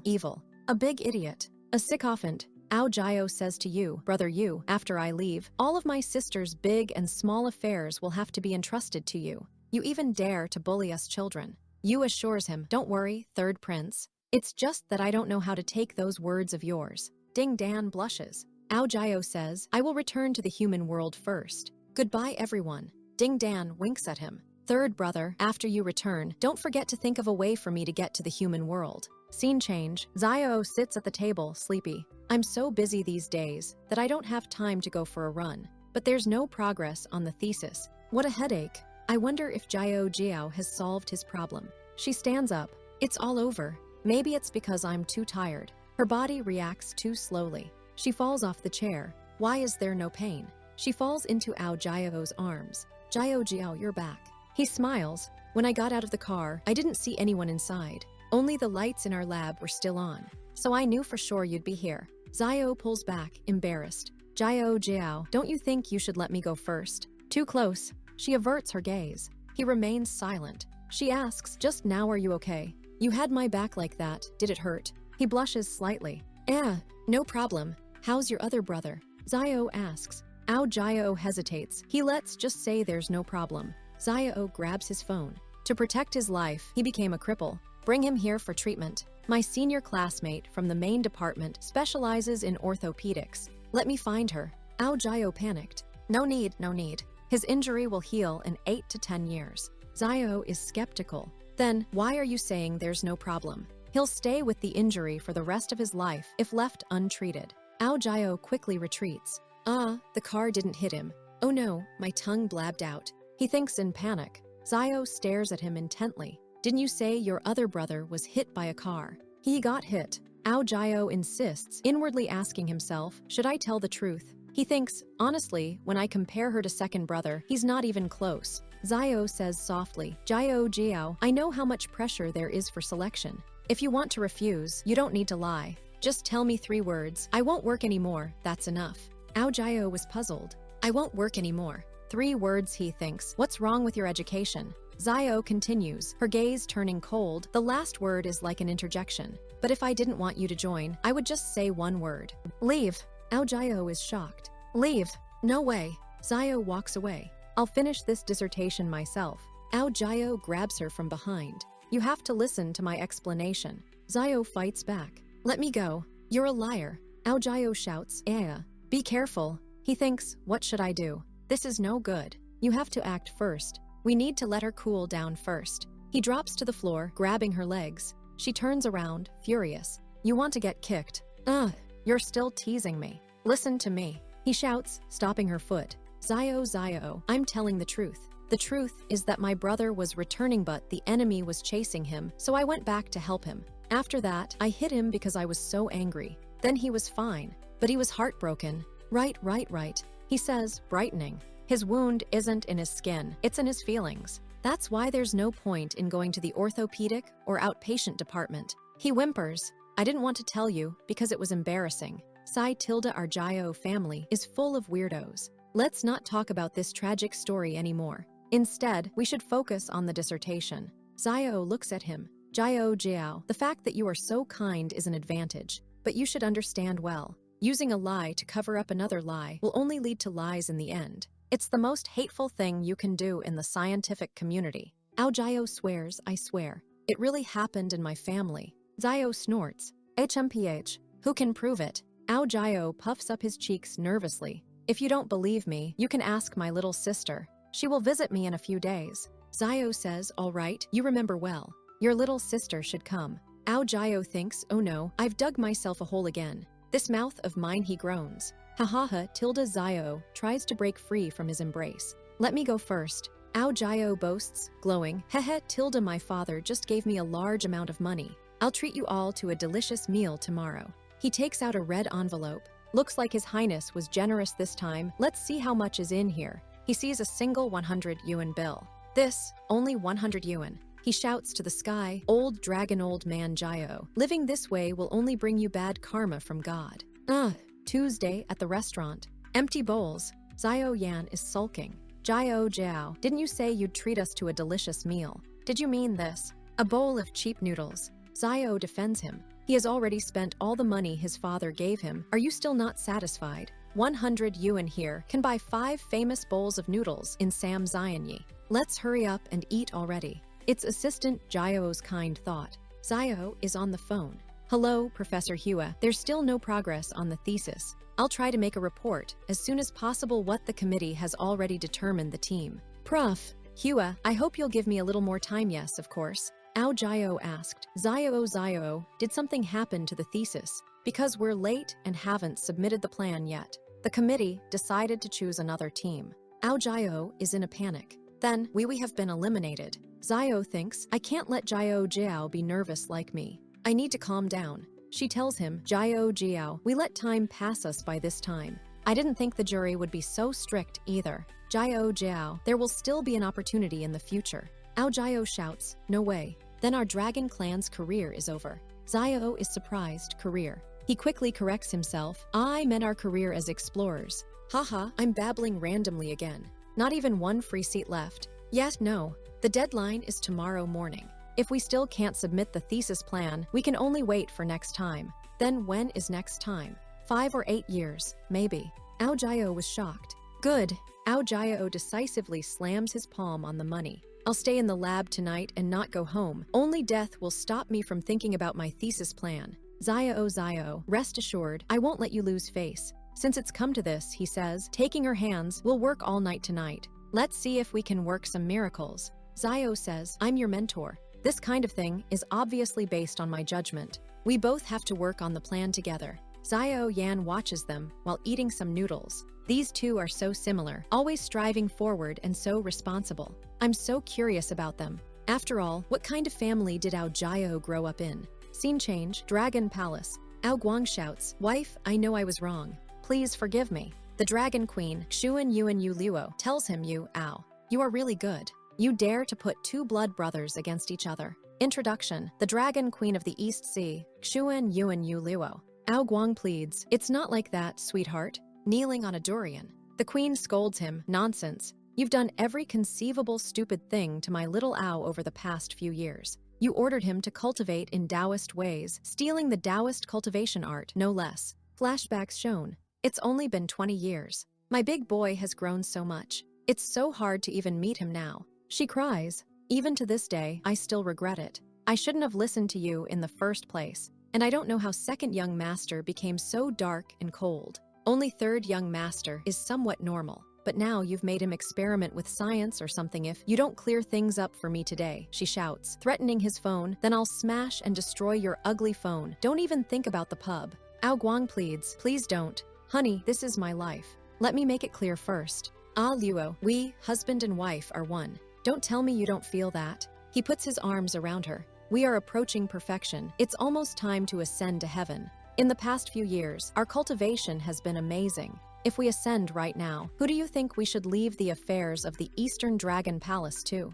If we leave it to little Yi's second brother," she said, "then he will definitely cause a scandal, destroying heaven and earth at the same time. Little Jiao is kind and forgiving, but in front of his second brother, he's like a mouse in front of a cat. Do you think he can protect the family's future? Same thing. If little E takes the crown, the world will definitely fall into chaos. The newborns will definitely go through a devastating experience. That's why this crown should be for little Jiao. But what if it's muddy and can't hold the wall?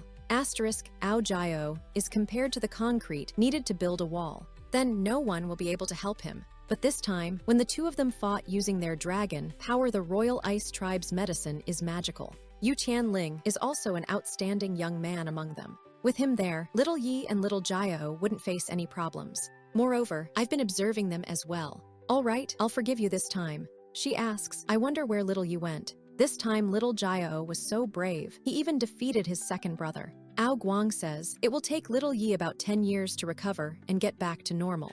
There will be no chaos. After little Jiao goes through this, he won't be afraid of his second brother anymore. In the meantime, we will protect them as long as we can. The fate of these two brothers can only be left to God. We can only leave it as it is. I take some comfort in knowing that even after we descend from this world, we will still be able to see our little ones. Yes, but it's just Ao Guang pondered. There's one thing I still can't understand. When I was young, little Yi said that he went to the northern sea of Xuan Yin to cultivate, but I did some research afterward. All these years later, he was still in the human realm. The reason for his hatred towards the human race probably had something to do with that period of time. Scene change. Xiao is working at her laptop, wearing a sleeping bag in the shape of a Christmas tree. Ao Jiao is looking at her. Text, Christmas gift received last year. A sleeping bag, a good item to stay up all night. Ao Jiao looks at the data in panic. Confirm the gene list. Beginning gene. Decoding the mutant gene.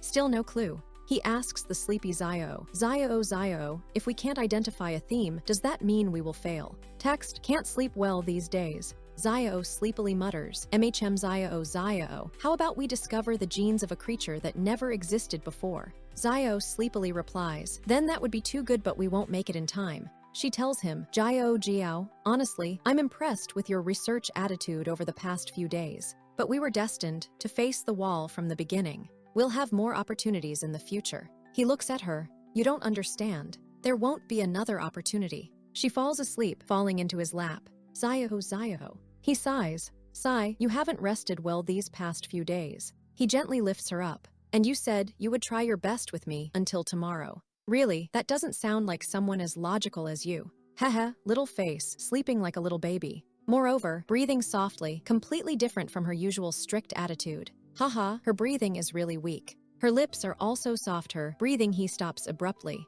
Ao Jiao, what are you thinking about? What are you doing? He recoils, his heart pounding. Your actions clearly look like those of a pervert. Not good, not good. It's probably because your brain is too tired. My mission, my family's future. Scientific research is the most important thing. That's right. Xiao starts muttering in her sleep.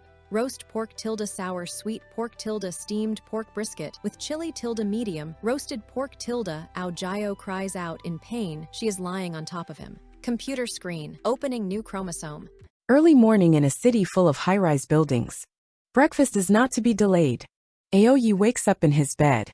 Xiao Xiao is showing his thesis to Jiao Jiao. Xiao Xiao talks about the new species discovered in the ocean.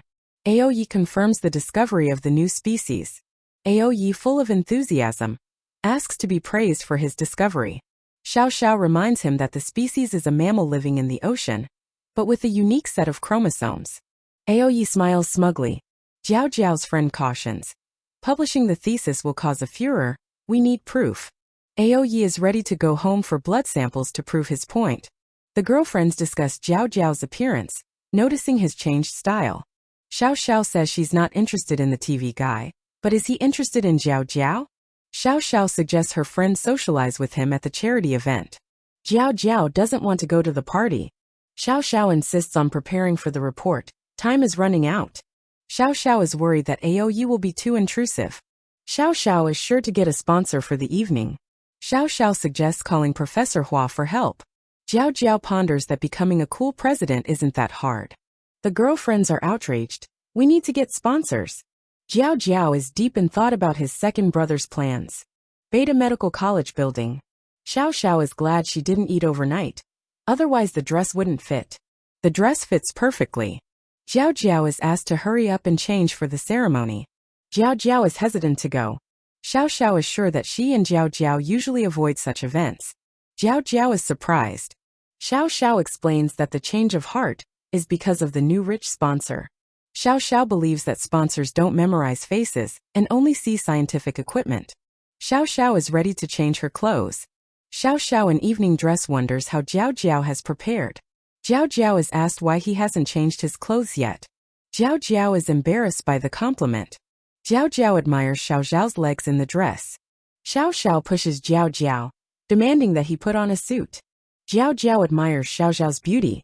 Xiao Xiao is embarrassingly silent.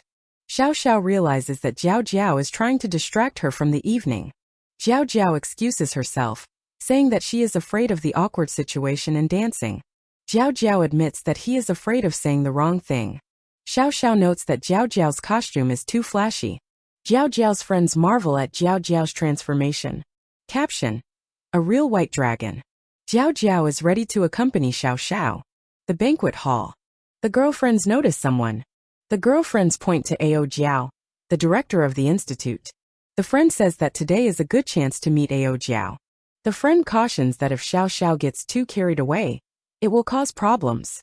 The friend is confident that she can handle Ao Jiao. The friend plans to talk to Ao Jiao first and introduces herself. The host announces the beginning of the charity ceremony. The corridor on the second floor of the lobby.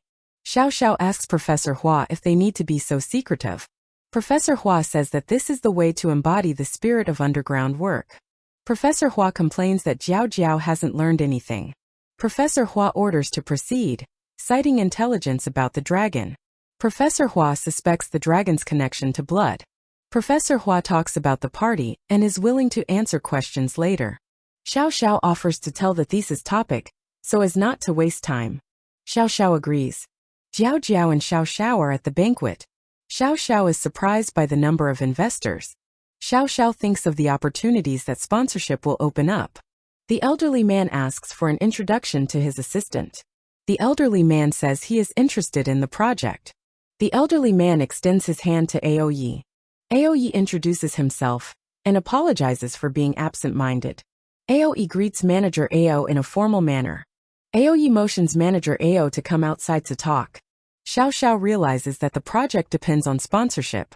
Xiao Xiao is surprised by Jiao Jiao's strange behavior. Xiao Xiao realizes that it is Ao Jiao. Xiao Xiao decides to take the chance of a fateful meeting. Note: what follows is a complete fantasy. Xiao Xiao plans to accidentally bump into Ao Jiao and pour juice on him. Xiao Xiao apologizes and holds out a handkerchief.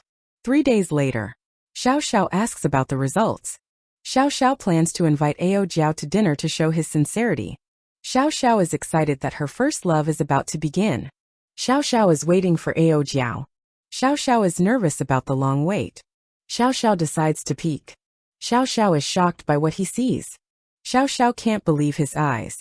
He loves men. My first love is over. Reality. Ao Jiao rudely asks what third brother needs.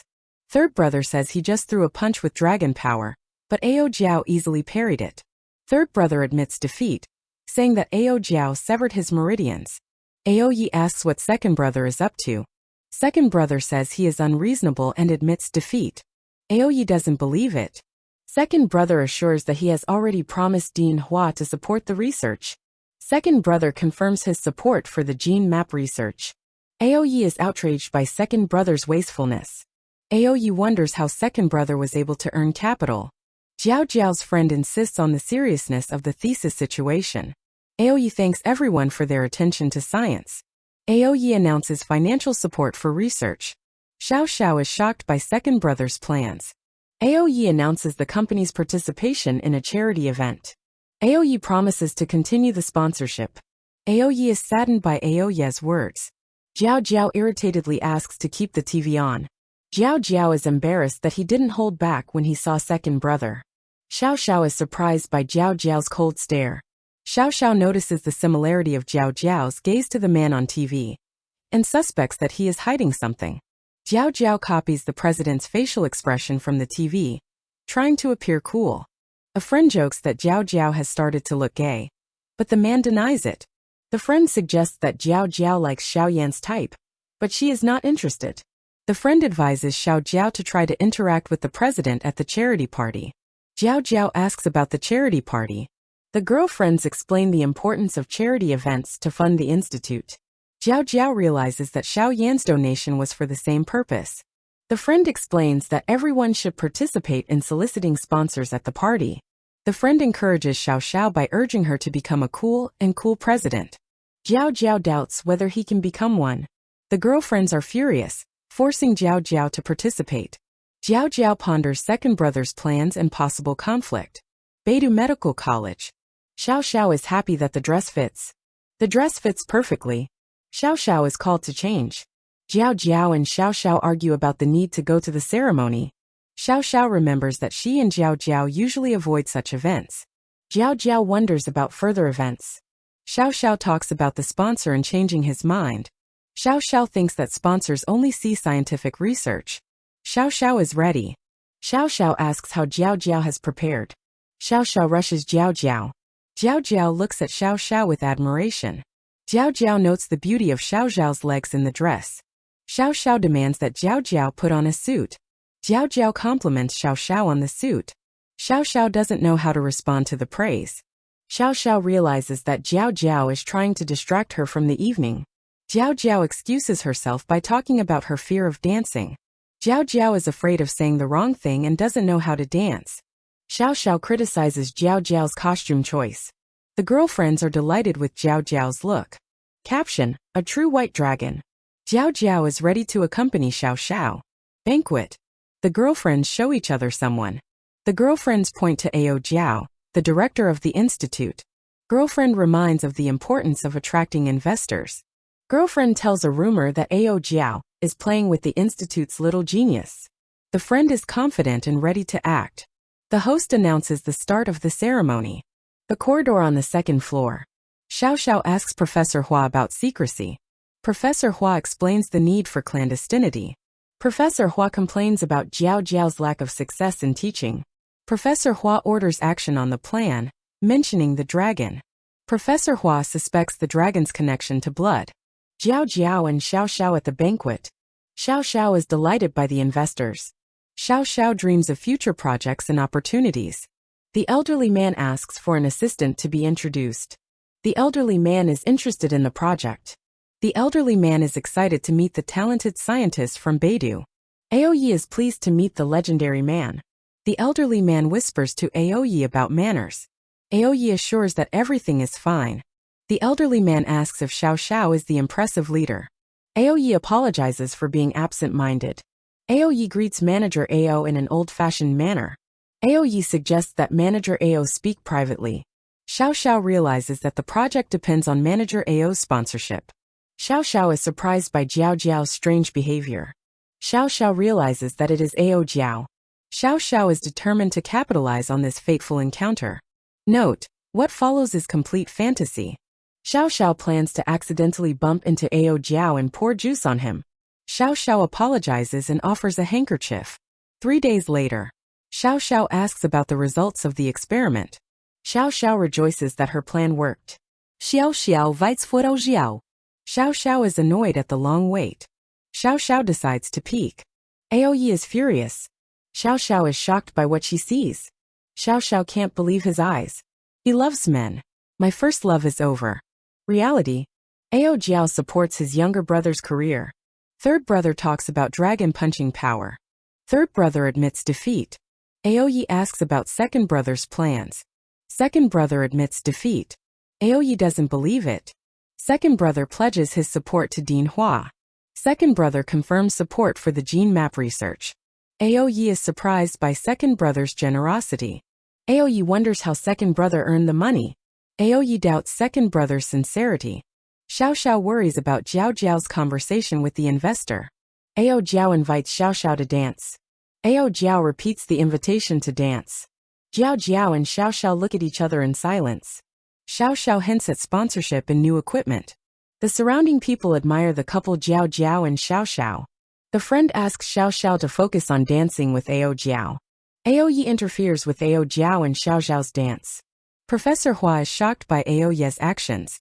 A friend is surprised by Jiao Jiao's behavior. Ao Jiao asks what's wrong. Ao Jiao rebukes Ao Yi for interfering. Ao Jiao asks if Ao Yi is jealous of Xiao Xiao. Ao Yi is confused. Ao Yi doesn't understand his feelings. Xiao Xiao asks what happened to Jiao Jiao.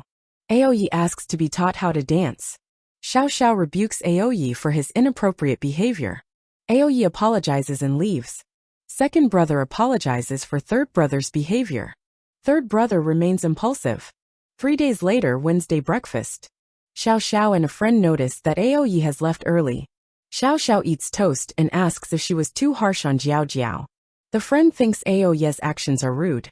The friend notes the tension between Xiao Xiao and Jiao Jiao. A friend notices that Xiao Xiao and Jiao Jiao do not talk to each other. The friend describes Ao Ye's behavior of avoiding Xiao Xiao. The friend says that Ao Yi is avoiding Xiao Xiao, and she is ignoring him. Xiao Xiao says she has nothing to say to Ao Yi. Xiao Xiao denies the intentionality of her behavior. A friend says that Jiao Jiao thinks Xiao Xiao hates him. The friend is sure that Jiao Jiao is upset. Xiao Xiao doesn't want to see Jiao Jiao sad. The friend approves of Xiao Xiao's decision. The girlfriends see Ao Yi, and Xiao Xiao is surprised that he looks normal. The friend thinks it's not worth interfering with Ao Ye's fun. Xiao Xiao leaves. The friends are shocked by her decision. The friend is outraged by Xiao Xiao's actions. Ao Yi makes an excuse that he wanted to listen to music and overdid it. The friend asks how much longer they will continue to act like this. Ao Yi admits that he wants to apologize but is afraid. The girlfriend assures him that she will help them make up. Ao Yi is excited at the prospect of making up with Xiao Xiao. The girlfriend gives Jiao Jiao advice. Shamelessness plus sincerity plus confidence. Cafeteria. The friend convinces Jiao Jiao to apologize to Xiao Xiao. Jiao Jiao is worried. The friend is confident that Xiao Xiao will come soon. Xiao Xiao appears in the cafeteria. A female employee sneezes at Xiao Xiao. Xiao Xiao says that the cafeteria has gotten cold. Xiao Xiao is surprised by the cold. A friend calls out to Xiao Xiao. The friend waves her hand, calling out to Xiao Xiao. The friend offers to have lunch together. Xiao Xiao is happy to see Xiao Yan. Xiao Xiao is glad that with Xiao Yan, she has nothing to fear. Xiao Yan offers to introduce Xiao Xiao to her friend. Xiao Yan says she doesn't mind introductions. Xiao Xiao is not happy with the expression on Jiao Jiao's face. Xiao Yan offers to order food and asks what Jiao Jiao wants. A friend asks Jiao Jiao about his view on the investor. The girlfriend gives Jiao Jiao a pep talk. Jiao Jiao happily calls Xiao Xiao over to his place. Jiao Jiao assures that he has taken Xiao Xiao's favorite seat for Xiao Xiao. Jiao Jiao accidentally falls on second brother. Xiao Xiao is worried about Jiao Jiao. Xiao Xiao asks what happened to Jiao Jiao. Second brother assures that everything is fine and it was his own fault. Second brother explains the injury from the black bear. Jiao Jiao is outraged that second brother was called a coward. Xiao Xiao is surprised by Jiao Jiao's strange behavior next to the investor. Jiao Jiao sits down across from Xiao Xiao, not next to him. Second brother suggests that Xiao Xiao go to the infirmary. Xiao Xiao smiles happily. Xiao Yan introduces Xiao Xiao to his best friend, Zhong Xiao Yan. Ao Jiao recognizes Tong's name. Ao Jiao doubts that it could be her. The friend notices Ao Jiao's sharp gaze. The friend explains that Ao Jiao is a research sponsor. The friend laughs at Ao Ye's name. Xiao Xiao apologizes for laughing. Ao Ye says he is used to his name. Ao Ye wonders about the meaning of his name. Xiao Xiao suspects something wrong in Ao Ye's tone. Xiao Xiao guesses the origin of Ao Ye's name. The TV is showing a soccer game. The dragon shouts soccer lines. The emperor announces the birth of his second son and asks him to think of a name. The dragon shouts Aoi. Aoi. The emperor decides to name his son Aoi. Xiao Xiao guesses that Ao Ye's father was a soccer fan. Xiao Xiao explains the origin of Ao Ye's name. Second brother is not happy with the jokes about his parents. The girlfriend realizes that Jiao Jiao doesn't like jokes about parents. The girlfriend suggests changing the subject. Second brother resents Ao Ye's jokes. Second brother rebukes Ao Ye for being tactless. Xiao Xiao is unhappy with Jiao Jiao's behavior. Ao Ye excuses that he wanted to defuse the situation. Xiao Xiao says that their cooperation is in question. Pastry shop. Xiao Xiao is looking for Jiao Jiao.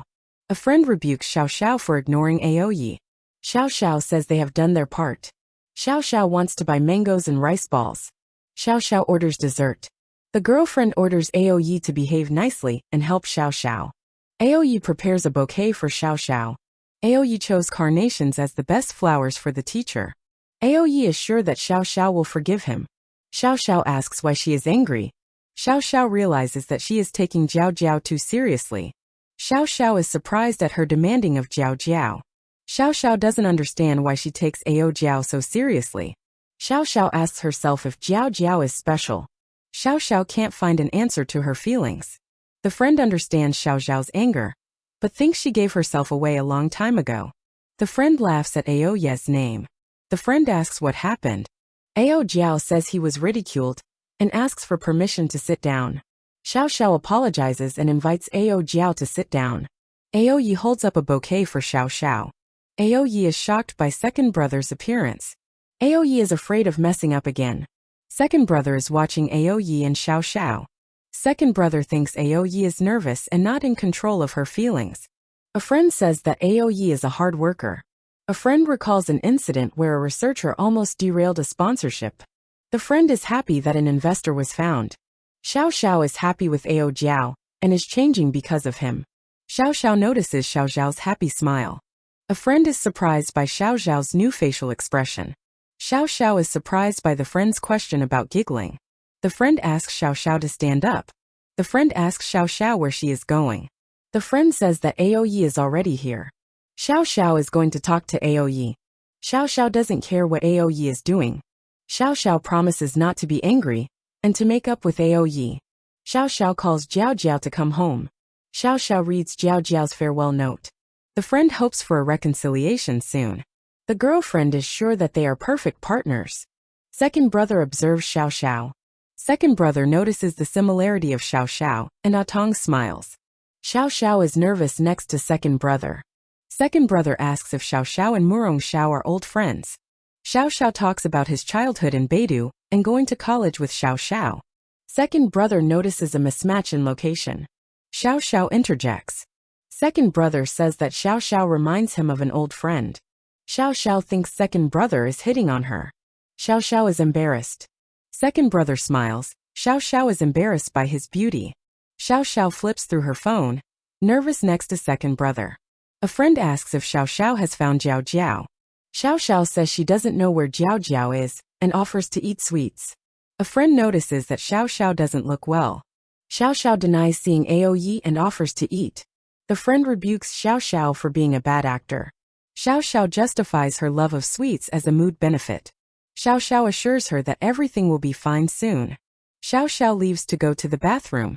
A friend asks what happened to Xiao Xiao. The friend says she knows Xiao Xiao's dislike of worry. The friend assures Xiao Xiao that Xiao Xiao doesn't need to carry the burden alone. Xiao Xiao agrees and asks her not to think she doesn't need it. Xiao Xiao reveals that she didn't find Aoyi at home. Only a note about leaving. A friend is surprised by Jiao Jiao's decision. The friend offers to talk to Jiao Jiao, but Xiao Xiao refuses. The friend reminds her that Aoyi is moving out, and suggests that Xiao Xiao walk around the house in a bra again. Xiao Xiao is annoyed and asks her friend not to embarrass her. Second brother says goodbye and leaves. Xiao Xiao apologizes for the inconvenience. Second brother promises to wait for Xiao Xiao's performance.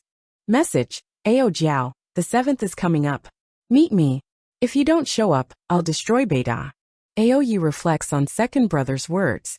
Second brother admits that he is preparing to seduce Murong Xiao. Aoyi yells in rage for second brother not to touch Xiao Xiao. Second brother is surprised at third brother's concern for the girl. Second brother reminds him that he trained third brother, and knows his intentions. Second brother asks if Aoyi likes Xiao Xiao. Anonim ortaklık yedeni esliking Xiao Xiao, listing herflaus. Aoyi admits that he wants to use Xiao Xiao to obtain the gene card, but notes her kindness and purity. Second brother asks what Aoyi's feelings mean then. Aoyi denies sympathy for Xiao Xiao. Second brother is glad that Aoyi recognized this. Professor Hua reports the official notification in 2 days. Professor Hua reminds him that Aoyi is a dragon, and Xiao Xiao is a human. Aoyi says he knows what he has to do. Professor Hua orders Aoyi to apologize to Murong Xiao. Aoyi feels a heavy weight on his heart. Aoyi realizes that he has many secrets. Xiao Xiao calls Jiao Jiao, asking where he is. Jiao Jiao promises to come soon. Xiao Xiao realizes that sweets don't help with depression. Xiao Xiao is surprised at where she ended up. Pub Street.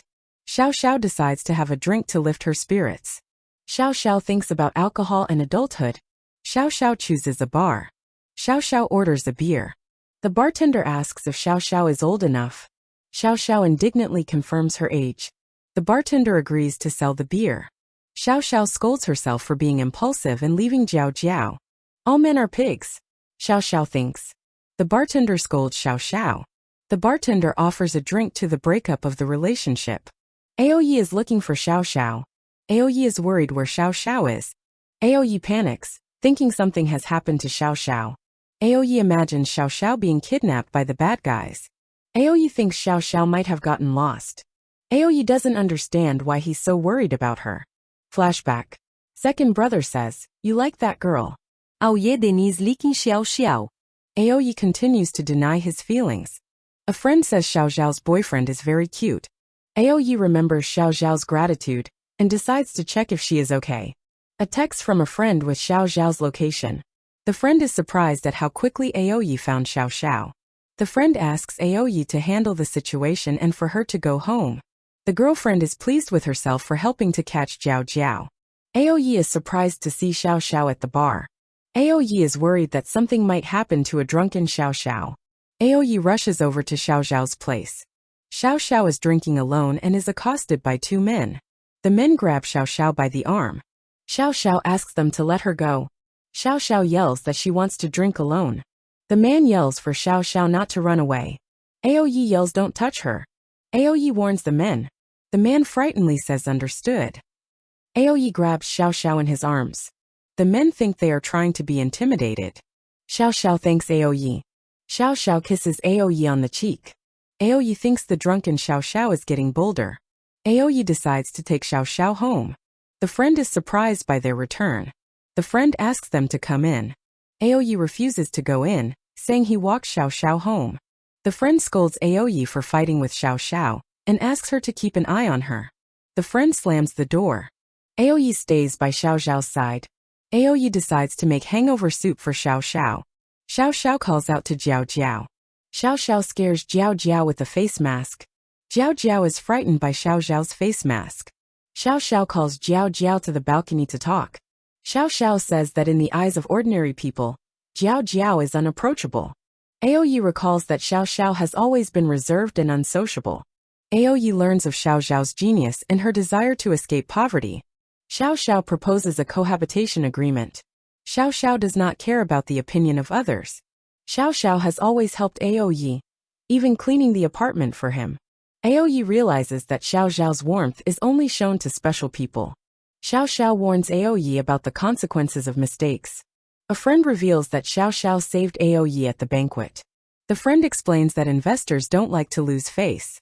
A friend recalls an incident at a party, where Xiao Xiao knocked off an investor's wig. The friend says that Xiao Xiao was almost fired because of the wig incident. The friend says that Xiao Xiao has high hopes for Aoyi. The friend explains that Xiao Xiao and Aoyi are very similar. The friend says that Aoyi managed to win over Xiao Xiao in a short time. The friend recalls how long it took her to win Xiao Xiao's friendship. The friend asks Aoyi to look after Xiao Xiao tonight. The friend jokes about the romantic setting and puts on her headphones. Aoyi thinks Xiao Xiao won't wake up for a long time. Xiao Xiao grabs Aoyi's hand. Aoyi assures that he's not leaving. Xiao Xiao waits for Aoyi.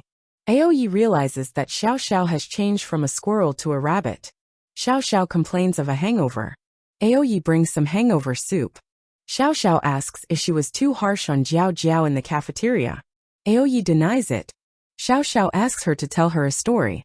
The story is about a girl whose mother is paralyzed in an accident. The girl's mother didn't let disability get in the way of love. The mother would bring a forgotten lunchbox to school. Rumors spread at school about the girl's mother, saying that she was disabled and that she was the child of a freak. The girl stopped going to school and started practicing at home. To prove to everyone that her mother is not a freak, she decided to become a doctor and cure her legs. A few years later, the girl's mother dies of an illness. Everything she was so eager for has lost its meaning. The girl finds her mother's diary, in which she asks her to live for herself and love herself. She wonders whether she was right to devote her life to revenge against her abusers, or whether she missed something important. She is sure that the decision she made is like the only road, but she doesn't want you to have regrets. The girl wants to make up for her mistake, if she gets the chance. The guy asks if the girl needs to move out. In response, he hears an emphatic "I'm not moving." The guy knows the little girl is you. The girl is perplexed as to why he suddenly decides to hug her. The guy admits that he wanted to move because his little sister is coming over and she has no place to stay. This he forgot to tell her. The girl offers to solve this problem and move to a bigger apartment. The guy is surprised and asks if everything is okay. The girl of course agrees. "Manager, I hope you are doing well. How will you pretend it at school as if you didn't know me? So you're back in the human world?" Jade Jura. It'd been many years since someone had called me by that title. I didn't expect it. Hua Meng Bu, who strongly advocated the desegregation of the human race and alien races, will become the head of the monitoring division. Aoyi, the organization has already been dissolved. A lot of things can't be brought back. But I came. So you are. How you were wounded by a human, and how you let a sample of your blood be taken. Dragon blood? Ao's assistant said he got the blood from a strange fish from the ocean near his hometown. To be honest, we don't care about your dragon clan mingling with the human world, as long as you don't cross the borders. But this blood is clearly from your royal family. Third brother, you really lost an arm and a leg. Who do you think could have hurt me? It must have been a stupid dragon who had nothing to do but munch on stuff, and was wounded by mistaking it for a fish.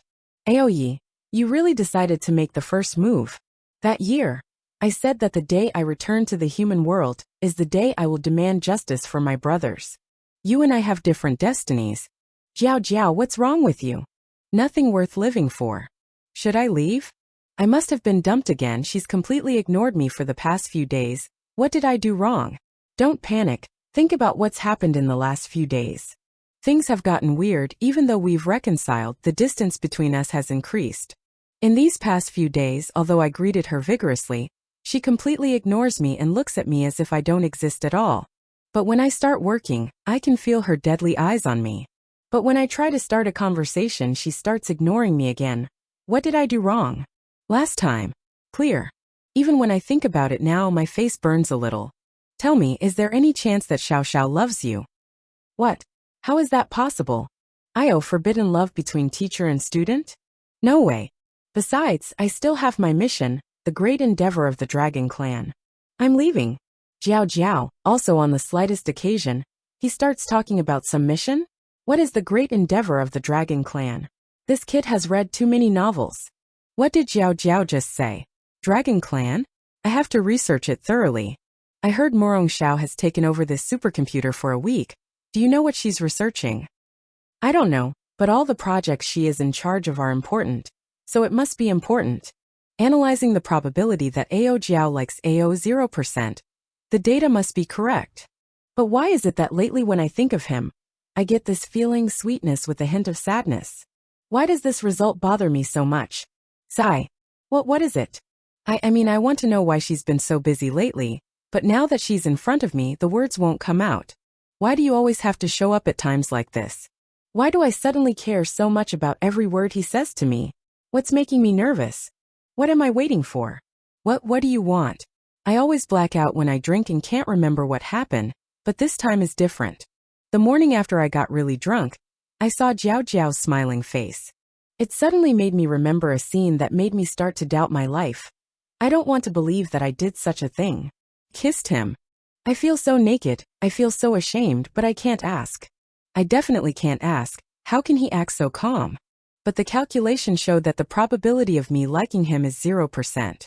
But why do I still care? What do you want? I don't remember ever being so nervous. It's insanely hard for me to get every word out. This is the first time I feel like I don't understand myself. How can you look at me like that? That look of anticipation, I find it really cute. But it doesn't matter. What do I want? I want to take a shower. Suddenly it's so hot. Wow, what am I carrying? Deputy AO, are you saying you want me to wash you? No. I just wanted to report on the progress of the 23rd chromosome experiment. The 23rd experiment ended yesterday. If you don't have anything relevant to say, I'm leaving. I'm very busy today. Deputy AO, don't bother me so much. No, don't go. Let go. Clearly used a lot of strength, but surprisingly, I can't move at all while Jiao Jiao is holding me. It's a bit annoying, but I don't completely dislike it. What kind of situation is this? Since we made up, then we should at least have a reconciliation celebration. A reconciliation party? I was originally going to strike up a conversation, but there's nothing to talk about. I just wanted to know if she hated me completely. How did that happen? I lost control. Your reconciliation holiday is too long, my toes hurt. You've been holding me all this time. Only the tips of my toes can reach the floor. Wasn't your little sister going to come? When? I screwed up. Last time I was just looking for an excuse. I'm afraid my sister won't make it. Deputy AO, so that's where you were. There's a girl down there who says she's your little sister. Hurry up and see. Looks like I'm interrupting you. Third brother. Tian Lin and I are going to escape. Help us. Third brother, Tian Lin and I are going to escape. Help us, my favorite third brother. What? You too? Run away. Because we love each other. Xiao Xiao, what's going on? Who is that cute girl and that handsome guy? And look at Jiao Jiao, he looks like he wants to cut them. That girl is Jiao Jiao's little sister. That long-haired guy is her boyfriend. They want to escape but they don't have money, so they came to her brother's house. Although that last part is just a guess.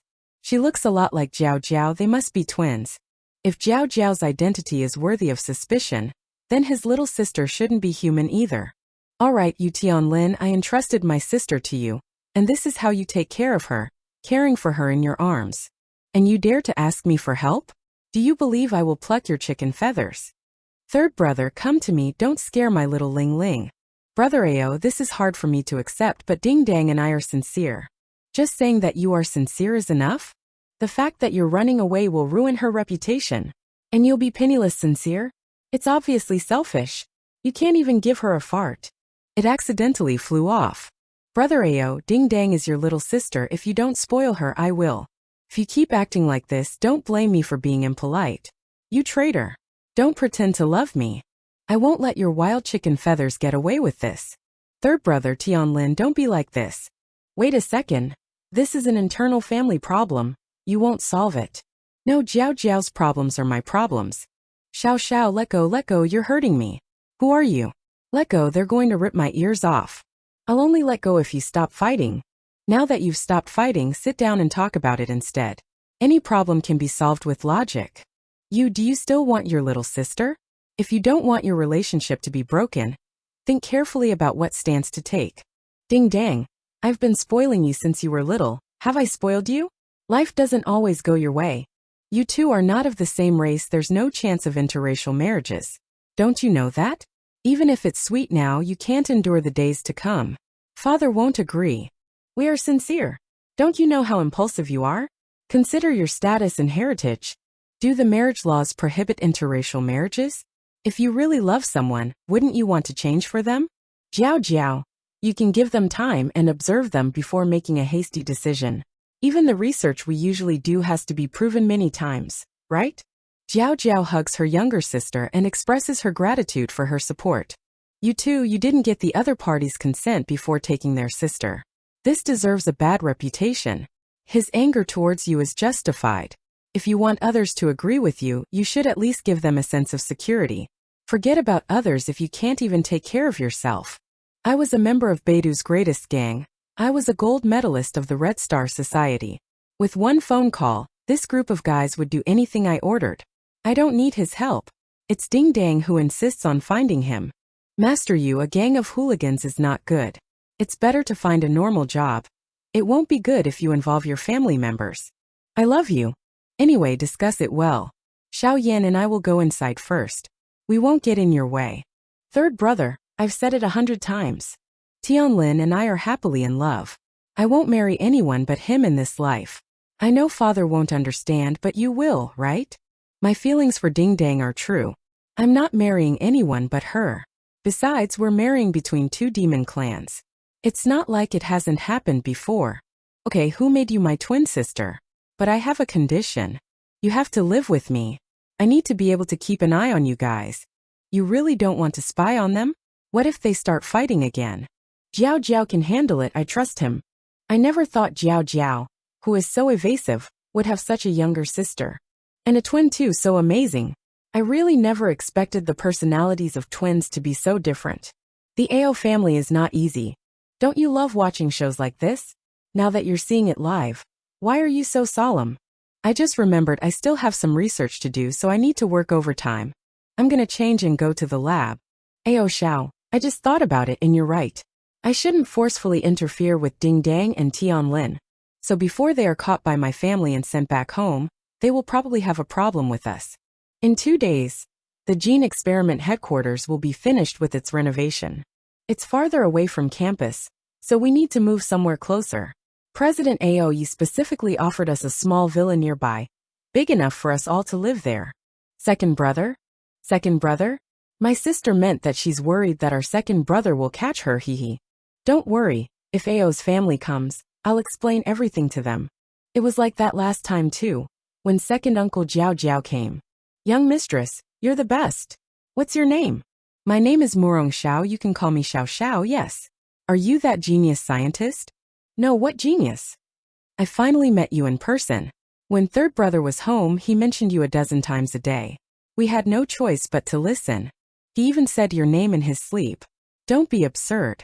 My twin intuition tells me that you are a Lil, MPX. Am I right? What did I say wrong? You didn't let me speak. Ever since you were little you spouted all your secrets while you slept. Your father and mother always tried to take advantage of your sleep chatter to find out your secrets. What? How did I not know that? Xiao Xiao Xiao Xiao, don't leave me. Ha ha ha, at first I thought she owed you money. You're mocking me to death. But now that I've seen you in person, I understand. What an incredible girl. It must be hard for a third brother not to be influenced. As someone with experience, I realize it's love. My apologies. Ding Dang is mischievous. She likes to joke around. You shouldn't take what she says very seriously. Ah, brother Ao, it's getting late, where shall we stay? Obviously I'll pull out the couch and we'll share it, yes. Then Ding Dang can stay in the room with me for a few days. I suddenly realized I have some things to do in the lab. I'll take care of it first. You two don't cause trouble for Xiao Xiao. Understood. I'll be back soon to prepare dinner for you. The atmosphere suddenly became delicate. My heart feels like a complete mess. Logic, I need logic. Aya. Looks like third brother and this cutie haven't realized that they have feelings for each other yet. Thinking carefully, when I first met Ao Jiao said that he was grateful to humanity for the mercy of the ocean. Ao Jiao mentioned the great endeavor of our dragon clan. Professor Hua said that an expert from the dragon clan has already infiltrated the human world. There is nothing suspicious in Jiao Jiao's information. His second uncle is also a good citizen. So why am I increasingly feeling that there is something wrong with Jiao Jiao? I really don't want it to be him. That's right. His younger sister came to find him during her escape. It If they really are from the Dragon Clan and they came in secret, then they wouldn't have time to forge their identities. Father set up a barrier for the Dragon Clan on purpose.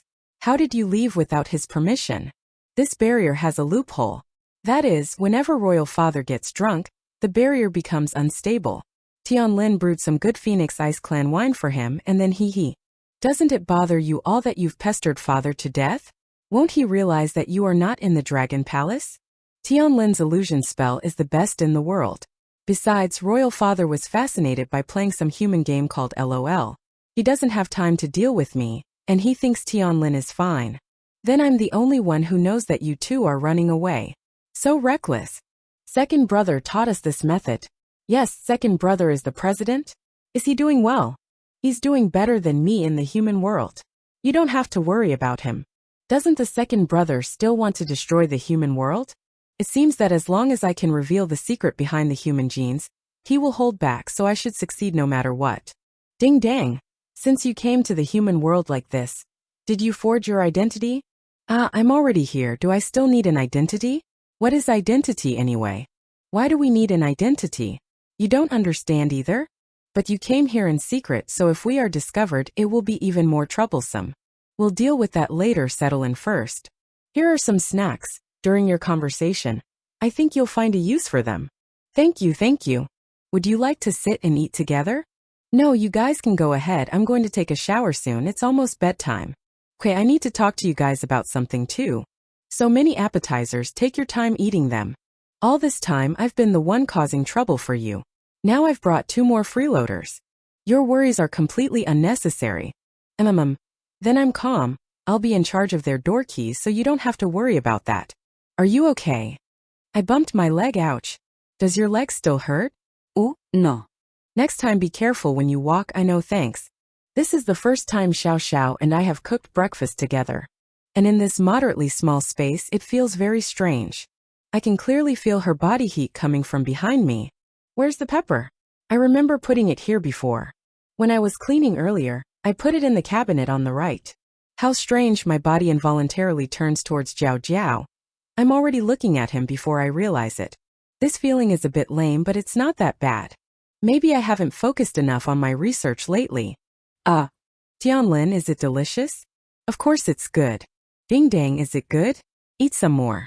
Pay attention to where you are. This is Xiao Xiao's house, not a place for you to flirt. Besides, I made breakfast. Of course I know where it is. Third brother, you're ruining the atmosphere. Would you like it better if I flirted with brother Tianlin? You've come here to take revenge on me for hurting you in your past life. Only someone without love would be jealous of others' love. But you can do it too. Ayo ding dang, listen to me. Xiao Xiao is my counselor. We have a pure teacher-disciple relationship. Third brother, I've never had such mean thoughts. Why did God make me born next to a villain like you? What are you guys talking about? We're talking about how the third brother said your name in a dream and begged you not to leave him. You two in your dream, Jiao Jiao. Stop talking nonsense. It's true, Tianling, and I heard it. Nonsense. Isn't it true? We were under the same blanket. How could I not hear it? It was just a natural human reaction during deep sleep. I'm going to the lab first. Could you please behave and shut up? Tianlin, hurry up and figure out what to do with Ding Dang's identity. Third brother is still too stubborn. I need to think of a way to bring them closer together. Ding Dang, Morong Xiao is human and you are dragons. I haven't heard of a human-dragon relationship before. It's dangerous to have the two of them side by side. This is uncharted territory. It can bring big trouble. You won't be able to stop it once it starts. The third brother looks lively and beautiful on the outside, but in truth his heart is lonelier than anyone else's. Ever since we were little, our royal parents always spoiled me. But the third brother was different. The responsibilities he took on were too many and too big. If there really is a girl who found her way into his heart, then no matter who it is, I will help them to the end.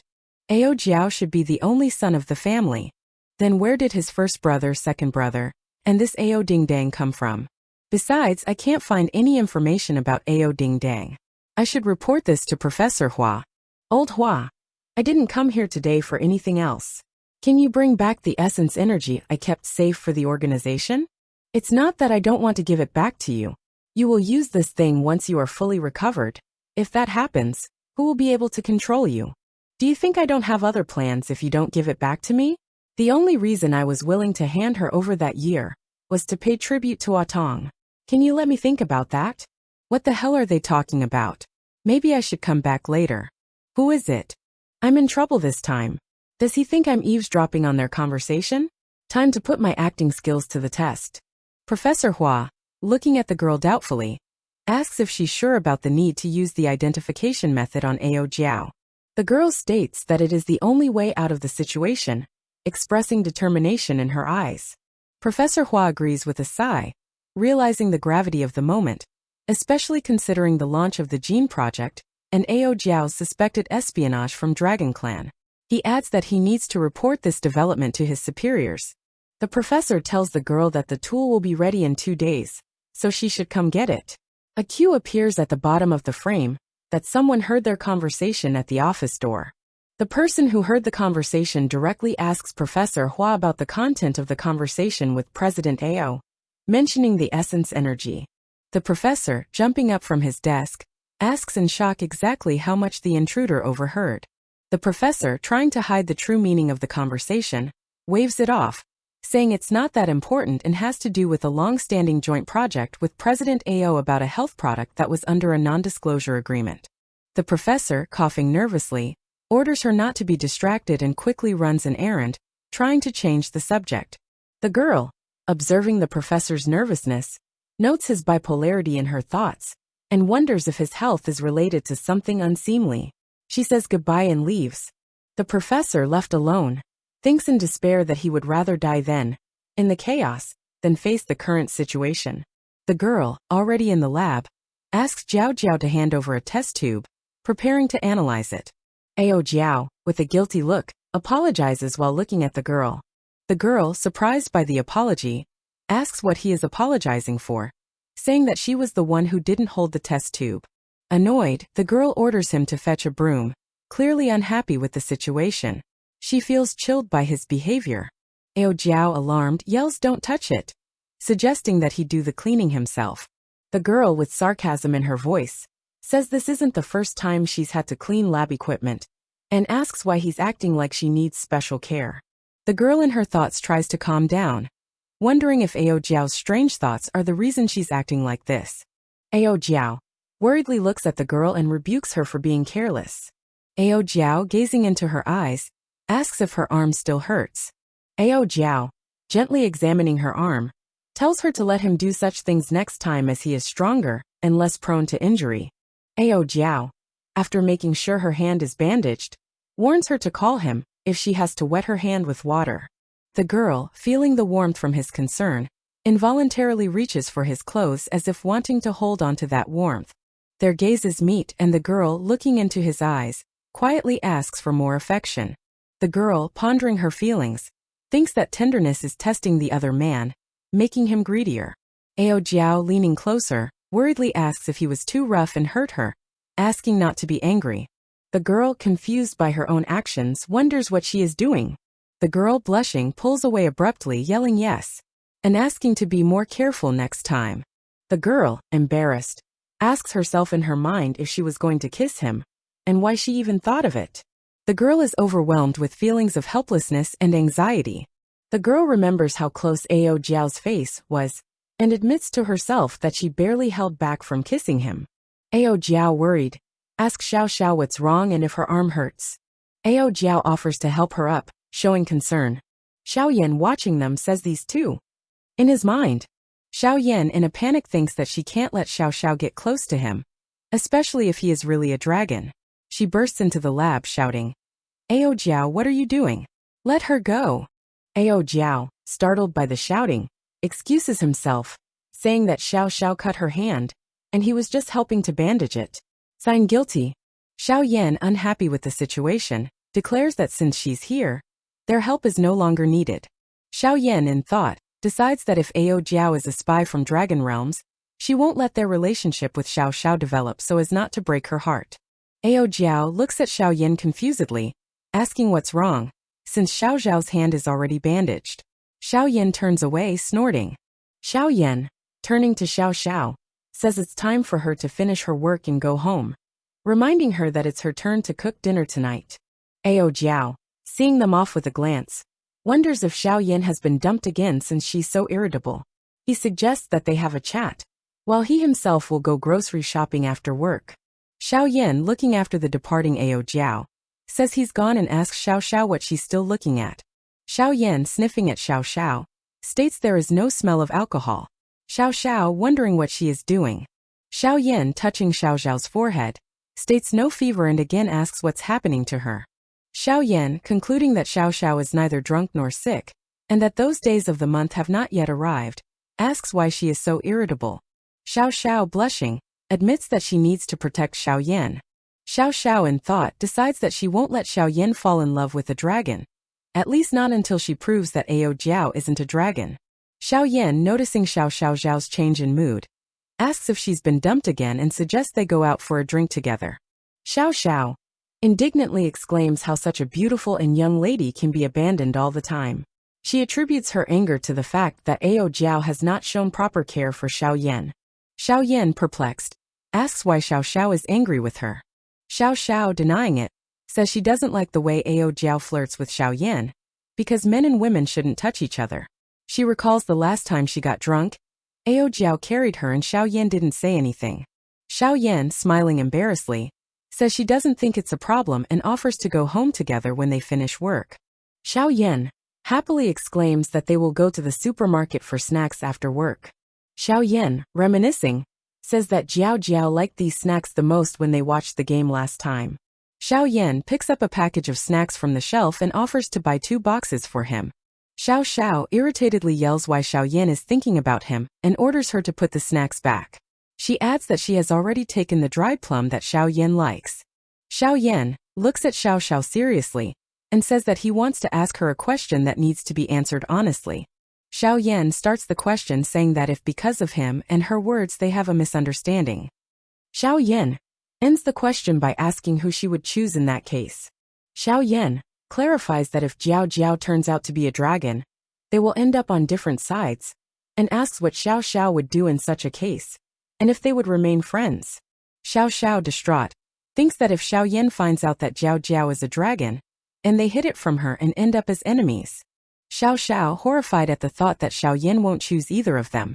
Xiao Xiao, in despair, says that she doesn't understand, but Xiao Xiao looks at Xiao Yin and admits that she is her first friend, and therefore very important to her.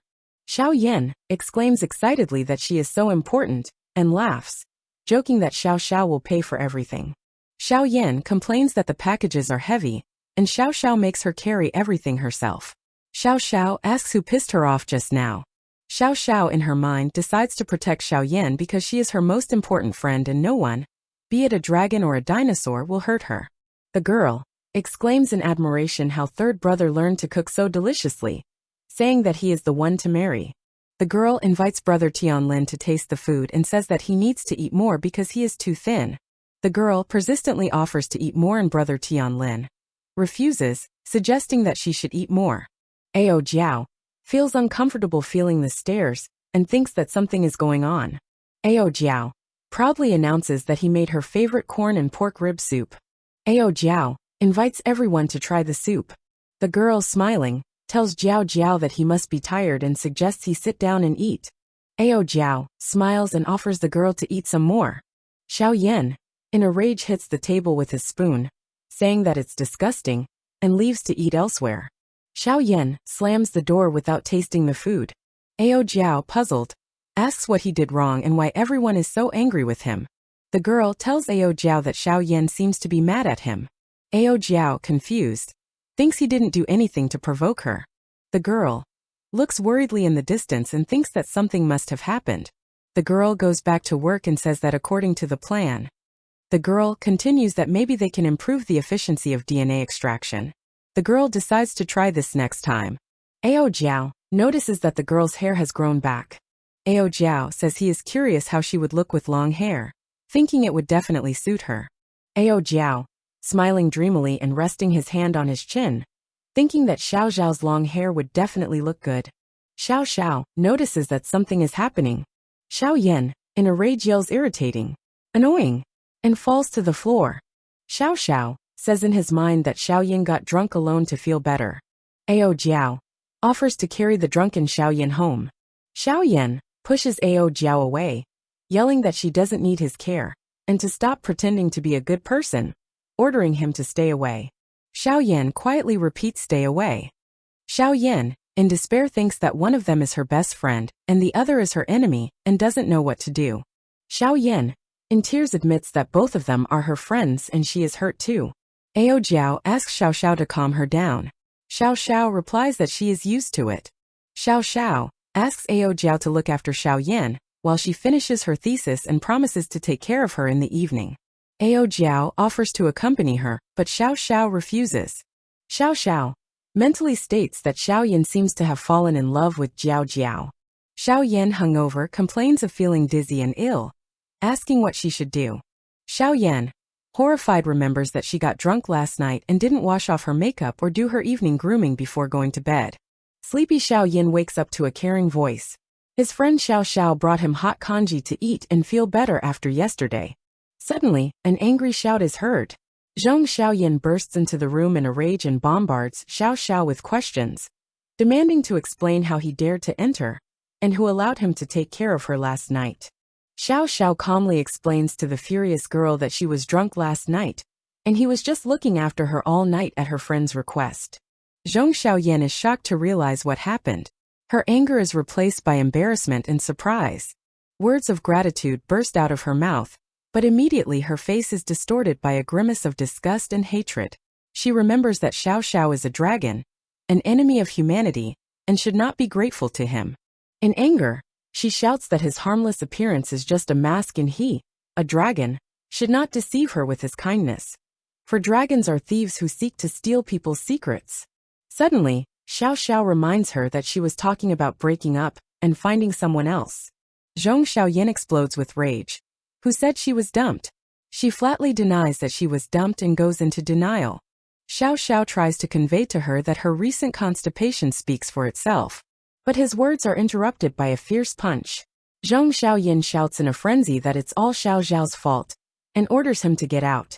Xiao Xiao, realizing he's overreacted, hastily agrees to leave, mumbling that he'll make something to eat for Xiao Xiao, apparently referring to himself in the third person.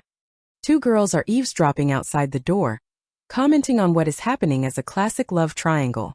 One of them warns the other that Xiao Xiao is about to come out and needs to keep quiet. Zhong Xiaoyan, hearing someone at the door, tries to change the subject by pretending to enjoy the weather. One of the eavesdropping girls, seeing Xiao Xiao coming out, diverts his attention by pointing to a non-existent ladybug on the floor. Xiao Xiao, knowing full well that they were eavesdropping, rebukes the girls for gossiping and snidely remarks that their behavior is terribly boring. One of the girls, trying to justify herself, says that they are just worried about Xiao Yan's sister. The second girl anticipates a mass beating, explaining to her friend that Zhong Xiaoyan, having gotten drunk, revealed the truth about her feelings, about the heartbreaking choice between her soulmate and her best friend. One of the girls is surprised that third brother is so popular with people, since he was constantly beaten up by girls in the Dragon Palace. She worries that the situation might get out of hand.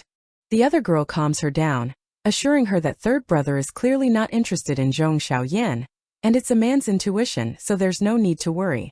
The first girl looks at Xiao Xiao and suddenly realizes that he's super pure, and all his feelings are written all over his face.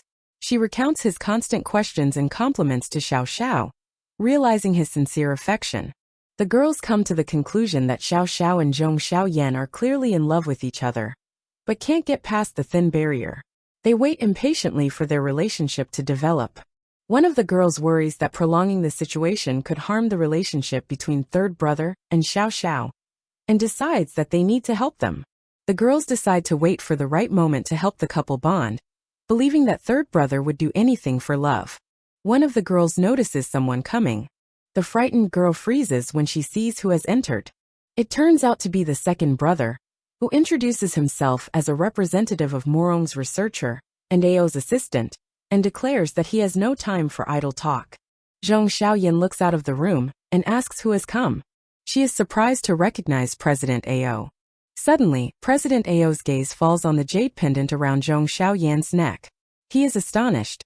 Why does she have the cold snow jade? One of the girls, seeing second brother's reaction, realizes that Xiao Yan is in love with Xiao Xiao. She is surprised that she didn't notice it before, even though they have been living together for so long. Now that she has realized it, the girl sees that they are perfect for each other. One is carefree and the other is attentive and gentle. The girl regrets not realizing this sooner. Tears of disappointment appear in her eyes because of her own blindness. Suddenly, Xiao Xiao asks Zhong Xiaoyan why she went out alone today. Zhong Xiaoyan replies good morning with a sad smile.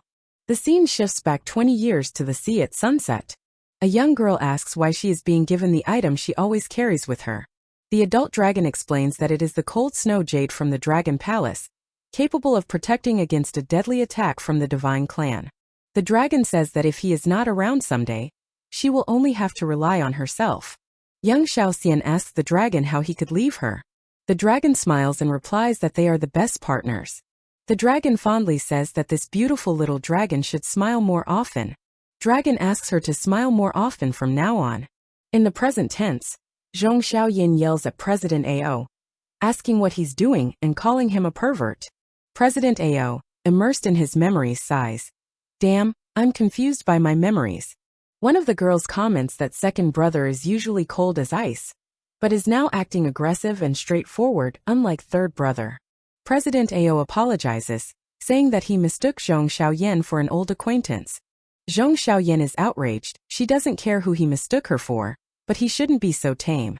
In anger, she yells out that she's not a whore and asks how she'll get married after being treated like that. In flashbacks, young Zhong Xiaoyan, crying, asks the dragon who asked him to save her, since she is a girl from a decent family. She continues to cry out how she will get married after he hugged her. Zhong Xiaoyan yells at President Ao in a rage, calling him a pervert and a stinking pervert. President Ao tries to explain that it's a misunderstanding, but Zhong Xiaoyan slams the door right in his face, yelling that she doesn't want to listen to him and for him to get out. One of the girls, overhearing, snidely asks second brother if he really came to harass Xiaoyan's sister and catch them at the same time. President Ao replies that he has already decided not to return to the Dragon Palace.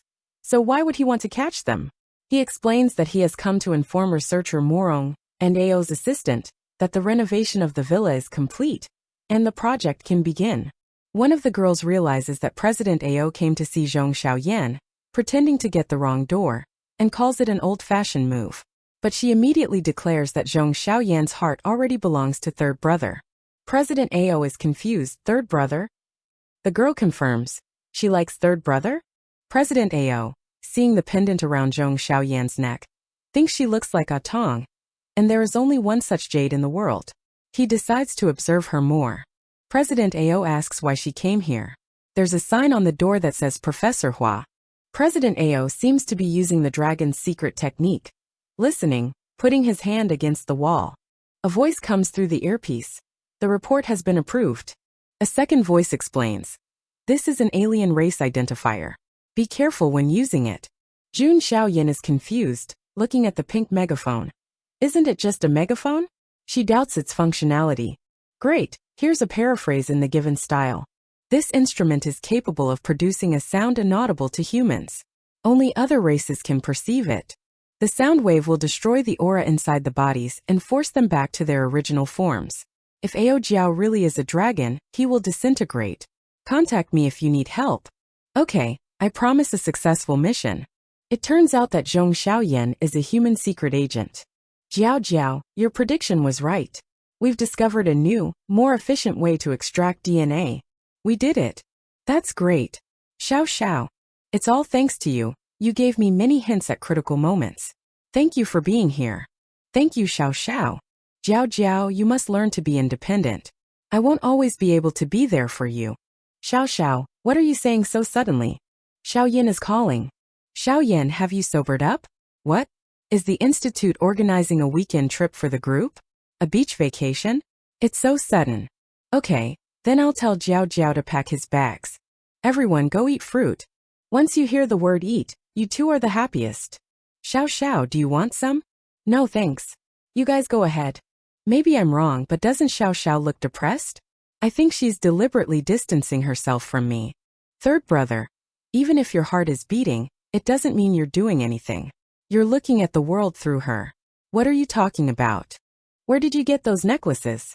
It's a gift the other brother gave us, wishing us happy, everlasting love. Look, you never gave me anything. And eating only your fruit is a little sad. And the other brother bought the fruit anyway. Should I use this thing or not? If Jiao Jiao is innocent, isn't that the best proof? That's no good either. What if Jiao Jiao is really a dragon? Wouldn't I bring him to the worst situation in life, right in front of Xiao Xiao? But this is the ocean. Even if Jiao Jiao transforms now, he still has a chance to escape. What should I do? Xiaoyan, do you want fruit? Choose whatever you want. Whatever. Is Xiaoyan going to confess? What kind of crazy things am I thinking? But why am I sad to think about it? The third person has no feelings. The third person has no love. The third person has no one in the world who cares about him. The third man has only helplessness. The third man can only bury his tears in his heart. Let me share with you a song that I recently enjoyed. The lyrics are just the bomb.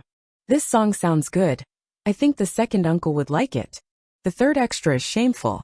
If Xiaoyan likes Jiao Jiao, wouldn't I be the third extra? Strange, I don't like Jiao Jiao, so why am I thinking about it? Why would Ding Dang like such a vulgar song? No, this lyrics. Is this girl hitting on me? Does she think I love her third brother? There's nothing I can do about it. It's only going to get worse if I don't fix it now. Let's use the identification tool. Do you feel ashamed? Come with me. What the hell? I'm not done listening yet. Ding Dang, you're being too obvious, it's no good. I can't take it anymore, Brother Tianlin. These past few nights, Sister Xiao Xiao has been crying in her sleep. Don't we have a plan? You're too impulsive today, I want to see her get angry. Show yourselves. Show your true form. Xiaoyan, what are you doing? Is this some kind of new game? Why didn't anything happen? Xiaoyan, what are you doing? Revisiting Monster Hunter? Aren't they supposed to be dragons? Did I make a mistake? How embarrassing. I'm humanity's best special agent, but I really thought my good friend was a dragon. Oh my god, what am I going to do? How do I fix this? This just keeps getting more and more interesting. Ding Dang, are you sure this is what we're doing tomorrow? Sure. Third brother and sister Xiao Xiao are so slow, they won't make it. They lack the final push. We'll take everyone snorkeling tomorrow. I'll send Xiao Xiao away, so she can help me take pictures of the fish. Then I'll turn into a shark and pretend I want to eat it. At the very last moment before Xiao Xiao is caught by the shark, you will bring third brother. You will let third brother save her. The scene where the hero saves the girl will never get old. Xiao Xiao will be especially grateful to third brother. Jiao Jiao. Fortunately, you were there. What can I do to thank you? When the atmosphere between them is optimal, I will cheer them up from the sidelines. Third brother, confess. Xiao Xiao, I've always really liked you. Me too. Asterisk, everything above is pure fantasy. You two get up. What the hell was that? I'm coming back. I have some business to discuss with Brother Tianlin. God. You live amongst flowers, but you're not happy with your choices, so you won't let others be happy. What flowers? What the hell are you talking about again? Two of them, one Xiao Xiao, one Xiaoyan. Ding Dang, what the hell are you talking about? I'm not that outstanding. I'm telling you to protect only one flower. Third brother, make sure you have a good rest. I'm going to bed. Hey Rat, you see me and Ding Dang acting so cute. Have you thought of getting a girlfriend? Who are you calling a rat? It will happen eventually. Your older brother ascended and your other brother left home. I really want to know what kind of dragon queen you, the third dragon prince and the future dragon king will have. Ding Dang told me that you have always taken on a lot of things, but we hope you can live happily. If you can, fine. Right now, I just want to map the human genes as soon as possible and finish my mission. As for the other questions, I really don't know and I don't want to think about it. Then pretend I never said that. Night. How can I not think about it? But how is that possible? I have to start dating guys again when I get back to campus. I'm going to lose my single status this year. Xiaoyan, do you want to start dating? Hey, are you guys used to me not being dumped recently? Just kidding. I should really start looking for romance. But, don't you like Jiao Jiao? Let me tell you, it's because my standards are high. Let's discuss Jiao Jiao. He's handsome, intelligent, but too good, but he's a little short of my standards, so I'm not interested in him. What is Jiao Jiao lacking? This question. It's fine, but I prefer someone more mature. Why am I so happy to hear that? Oh, then what if Jiao Jiao likes Xiaoyan? What am I thinking? It seems that people with confidence in their intelligence have an inferiority complex when it comes to love. They think they're not good enough and start doubting themselves. Oh, Xiao Xiao. I know what you're thinking just by looking at your face. Sigh, silly girl, you're incredibly smart, but you're stupid when it comes to love. You need to realize your own feelings faster. Yes, Hua Meng Biu, the identification is complete. It's okay. It's not going to work like that. I need to figure out a way to break the barrier between Xiao Xiao and Jiao Jiao. What did she just say? I need to figure out a way to get Xiao Xiao and Jiao Jiao to get along? Just happen to be passing by, that woman is so sneaky. Okay, Zhong Xiaoyan, let's see how I deal with you tomorrow. Jun Xiaoyan, I'll let you know the price of being a traitor. When the cruise ship reaches the fishing spot, I'll drag Xiao Xiao and Xiaoyan to go snorkeling. Then I'll figure out how to make Xiao Xiao drown in the water. After that, I will definitely call third brother for help. Hee. I have a way for them. Then you'll also make Xiaoyan choked with a ton of water, but there won't be a Weno there who will care about her. Why are you guys laughing so happily? Scared? Why did the other brother come? I'm going with everyone today. The other one, President Ao? That dude is so handsome. Do you want to come fishing with us? Ding dang. Are you going to keep pretending? Your trip is fully sponsored by me. If it's really worth it, I don't mind. It's just that you may not be able to afford it. So you're a financial backer. Come, have a drink and play nice. Don't worry about me. Just make sure you have fun. Did he just look at me? Still avoiding me. If I hadn't come today, from what I know about Ding Dang, you'd be finished. She vows to take revenge on Xiaoyan. Her eyes burn with a thirst for vengeance. She will wait. They're discussing scientific models, but all she can dream about is the ocean. Xiao Xiao, look, it's the ocean. The conversation is about sandwiches, and all she can think about is the sun. Sunbathing is good for calcium absorption. She can't stand the stupidity of those two. They're so stupid. He apologizes again for the past. Why bring up the old? She is at a loss to guess how to appease this researcher's anger. What can she do to make amends? Forget it, President Ao. You're overthinking this. She suspects he wasn't just interested in the pendant. He really needed to look at it. He explains that he had the exact same pendant before. Could he take a look at it? He holds out the pendant with a smile. Sure. He recognizes the rarest cold snow jade. It must be related to Atong. She notices the instantaneous change in his gaze. Something is not right. His eyes have turned icy. She is frightened. What's wrong with him? She encourages everyone to have fun. Let's go play in the water. She screams in panic. Ding dang, don't do that. He warns his friend of the danger. Jiao Jiao, don't. It's dangerous. Is it really, Ding Dang? She's ordering Ding Dang to stop. You've gone too far. She shakes Ding Dang, trying to bring her to her senses. Wake up. This is no time for games. He realizes that Ding Dang is drunk and has revealed her true form. If he doesn't stop her now, chaos will ensue. He must use his true form to subdue her. He's looking for Jiao Jiao in the water. Jiao Jiao. Where are you? She rushes to the rescue. By all means, Jiao Jiao, I'm coming to save you. He can feel Xiao Jiao's aura. Why did she follow him? He realizes that Xiao Xiao may have never seen Ding Dang's true form. He needs to apprehend her. He'll have to pretend to drown. He's counting on second brother. His mind is in chaos. Is she kissing me? No, she's just trying to save me. No, she's kissing me. She's suffocating underwater. He, full of worry, asks, How are you feeling, Xiao Xiao? She looks at him with gratitude. You saved me again. She doesn't remember anything about what happened. What happened? Why can't I remember? I just remember the ship started rocking and I jumped into the water. She realizes who saved her. It was you who saved me again. A realization is ripening in her eyes. Jiao Jiao. I finally realize. It's not just my selflessness. I love you like a man and a woman who want to protect each other. Suddenly danger appears. Ao Jiao, be careful. A wave has broken the mast. She screams in terror. Jiao Jiao, forget about me. Run. He looks at her tenderly. Xiao Xiao? He catches her. Got her. The third prince is giving orders. We must make sure the witnesses don't remember anything. It'll be fine. Xiao Xiao followed me into the water. She shouldn't have seen anything. Second brother will take care of Xiao Yan. The tourists will have their memories erased and Ding Dang shouldn't drink anymore. Otherwise someone's head will be ripped off. How could this happen?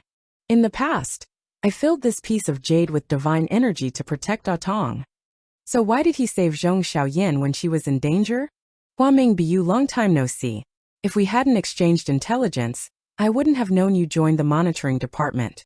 So you've been running the secret service all these years, Qing? I never thought you'd make Zhong Xiaoyan a secret agent.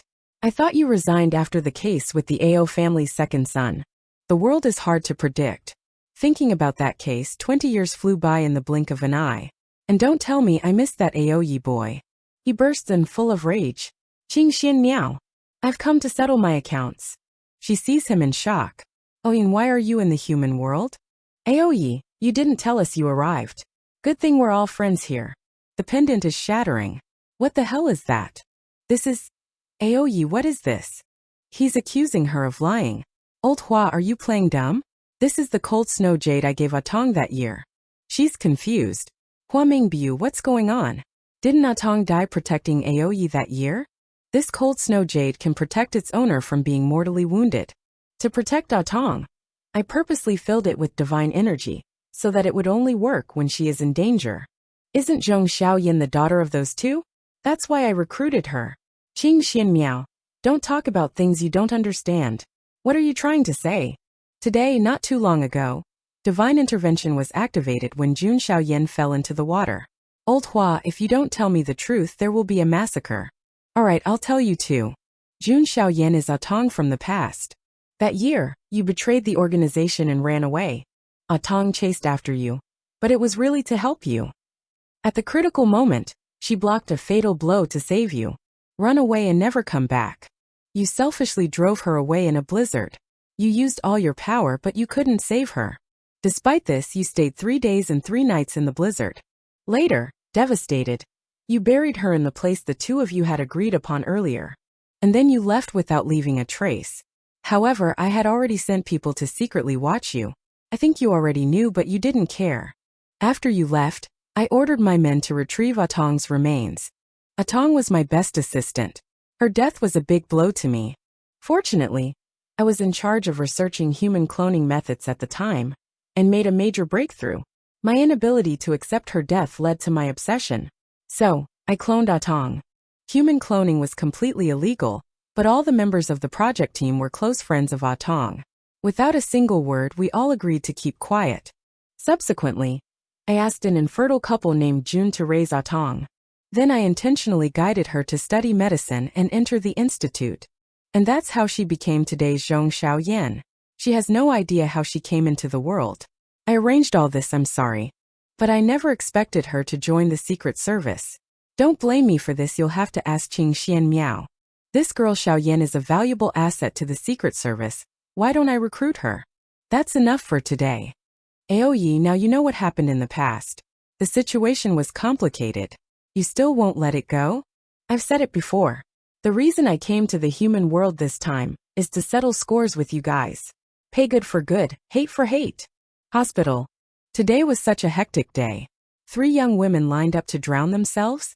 What? Drown themselves? Where did you hear that? I heard it was an ocean disaster. And no one but them can remember what happened. Xiao Xiao, silly girl, why did you jump after me? How can I repay you?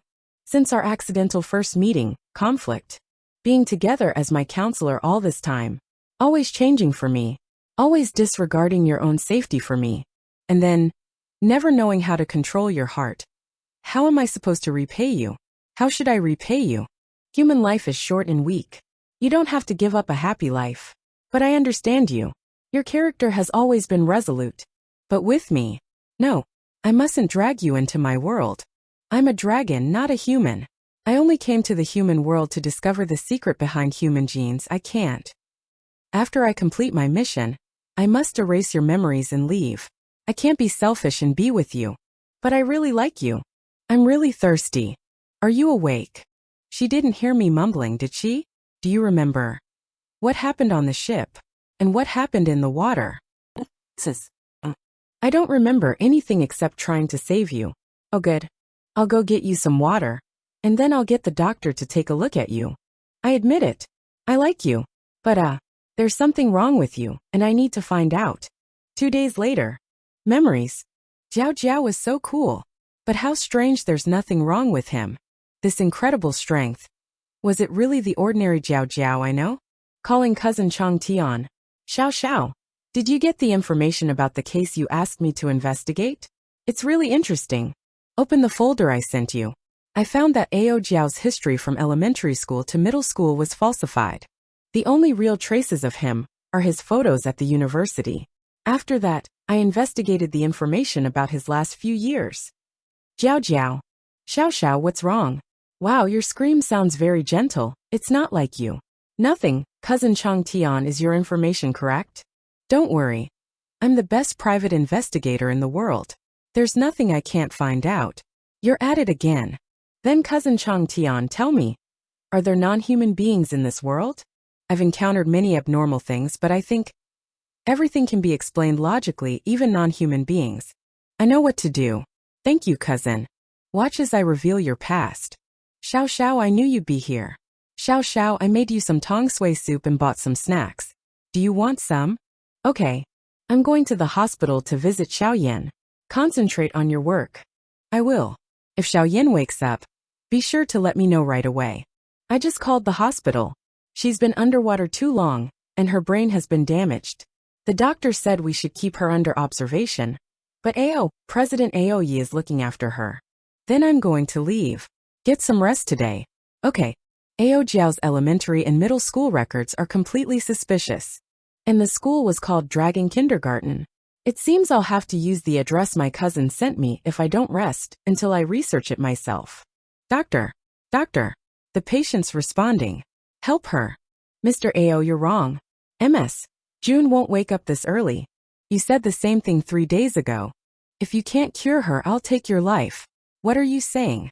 Don't be reckless. President Ao. Stay calm. You dare to meddle in my affairs? Second brother, it's just us two brothers. You don't need to play the role of a tyrannical president. It's not your woman, so you obviously don't care. What's your relationship with Zhong Xiaoyan? Nasty boy, stop meddling in my affairs. Idiot second brother, what the hell is wrong with you? Try saying that again.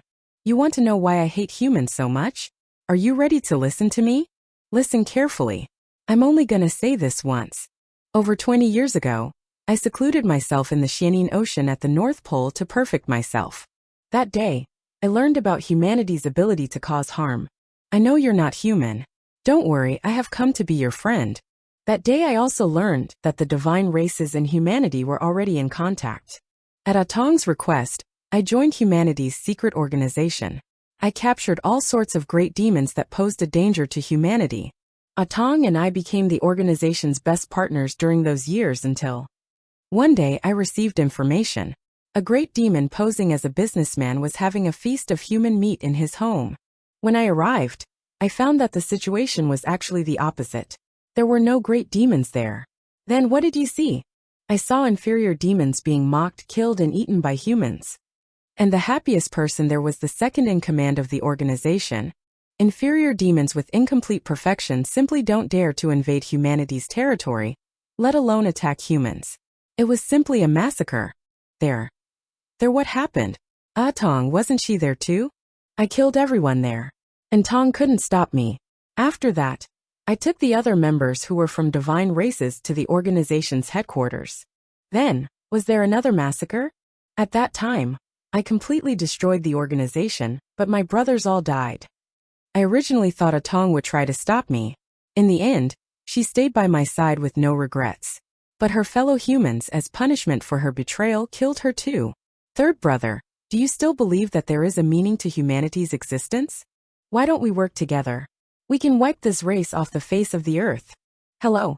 Jiao Jiao, something urgent has come up, so I have to leave for a few days. The development of the project will depend on you. You wait for me to come back. Alright, I'll be sure to. Third brother, the human world is not worth your efforts. Join me. Second brother really tried to use a mind control spell on me, while my consciousness was weakened. If it wasn't for Xiao Zhao's phone call, I would have been caught. Second brother, I finally understand the pain you felt these past few years, but I still can't do it.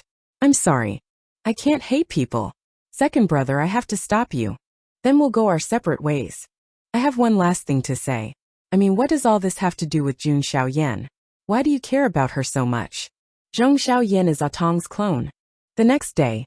Atong, are you awake? Are you feeling sick somewhere? Do you need to call a doctor? Do you want something to eat? President AO.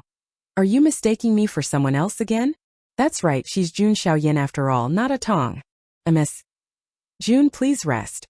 I sincerely apologize for the accident that occurred during the trip. All expenses and compensation will be covered by my company. I won't bother you again, goodbye. Deputy AO, you're really persistent. President AO, I never knew you had a problem with flirting with women.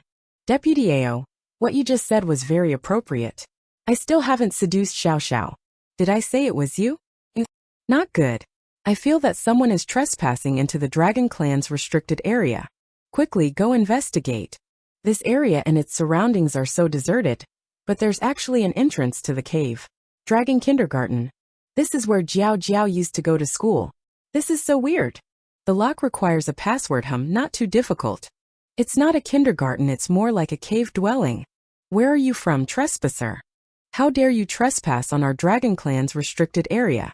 Xiao Xiao? Why are you here? Deputy AO, I never thought that, you'd be hiding a secret. Ahahaha, that's how it is. This is where I make movies. I just got the news that the movie crew is outside. Let's go. You're still lying. No, listen to me. We have to get out of here. It's over. The barrier is activating. Jiao Jiao looks so good in white. Xiao Xiao, you've crossed the line this time. Follow me immediately, we have to leave. Jiao Jiao, did I ruin your show? I'll go apologize to the director. It's not like that, we'll talk after we get out of here. No, not until you explain what's going on. What are you doing? What are you doing? Hold on to me tight. What's going on? The barrier has already sealed this place. From now on, every non-dragon creature will be destroyed. Was that a gravity field just now? Morong Xiao, you've made a big mistake. Jiao Jiao, why is it getting so hot around us? Xiao Xiao, I'm sorry I lied to you from the beginning actually. You're really a dragon, right? The third prince. Xiao Xiao, how did you know? If you were human, how could you smash a ship's mast with one hand? I underwent psychological hypnosis to investigate the day we first met. The result clearly showed that what I saw was not just my imagination. In other words, what I saw was really a dragon. I came here because I asked my cousin, who is the #1 private investigator in the world, to help investigate your past. As for me calling you the third prince just now, I just said it because you're the third child in your family. And your reaction was fundamental in confirming that my hunch was correct. Why are you so calm? Do you really not care that I'm a dragon? Of course I care. Why? Because. Yeah. Jiao Jiao, what's going on? Don't be afraid.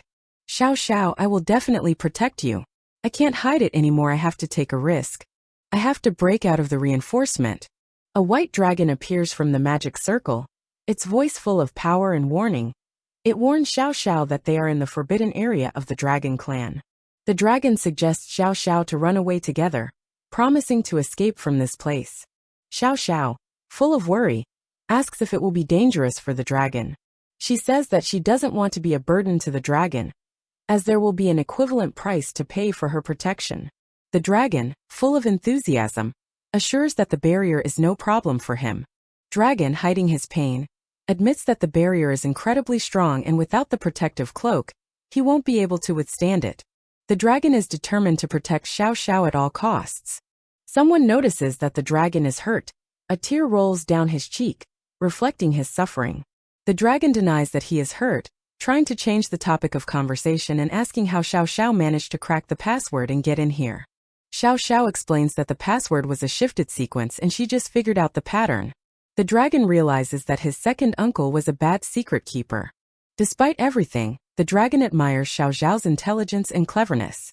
Dragon and Xiao Xiao discuss the name Fake Dragon Kindergarten, which they find cute and amusing, noting that the place is meant to train dragons before entering the human world. The dragon regrets laughing at them the first time they met, feeling guilty about his behavior. Tears glisten in the girl's eyes. She realizes the danger of the current situation. She is determined not to interfere with the dragon and realizes that he is willing to sacrifice himself to protect her. Xiao Xiao vows not to distract the dragon anymore, and trusts him completely. She says she won't survive if he fails. She openly confesses her feelings to the dragon. The dragon is delighted and does not hesitate to agree, his heart overflowing with joy. The dragon cannot contain his delight. He is happy that his feelings are mutual. He is overwhelmed with happiness. But doubt appears on Xiao Xiao's face. Xiao Xiao begins to doubt whether it is really love. The dragon is transformed, enveloped in a bright light, pronounces the cherished words of love. The dragon, badly wounded, asks not to forget the promise. Xiao Xiao, full of terror, screams for the dragon not to give up. She screams that they will survive. Full of despair, begs the dragon to open its eyes and promises to find help. The dragon remembers the protective mantle given by his father, recognizing its value. His only wish is for his beloved to be safe. Xiao Xiao cries out in desperation, asking him to keep his eyes open and not give up. She promises him that they will be together, reminding him of this promise. The other dragons appear, demanding that the injured man be handed over to them. Xiao Xiao is asked to keep quiet about their identity, promising to find her later.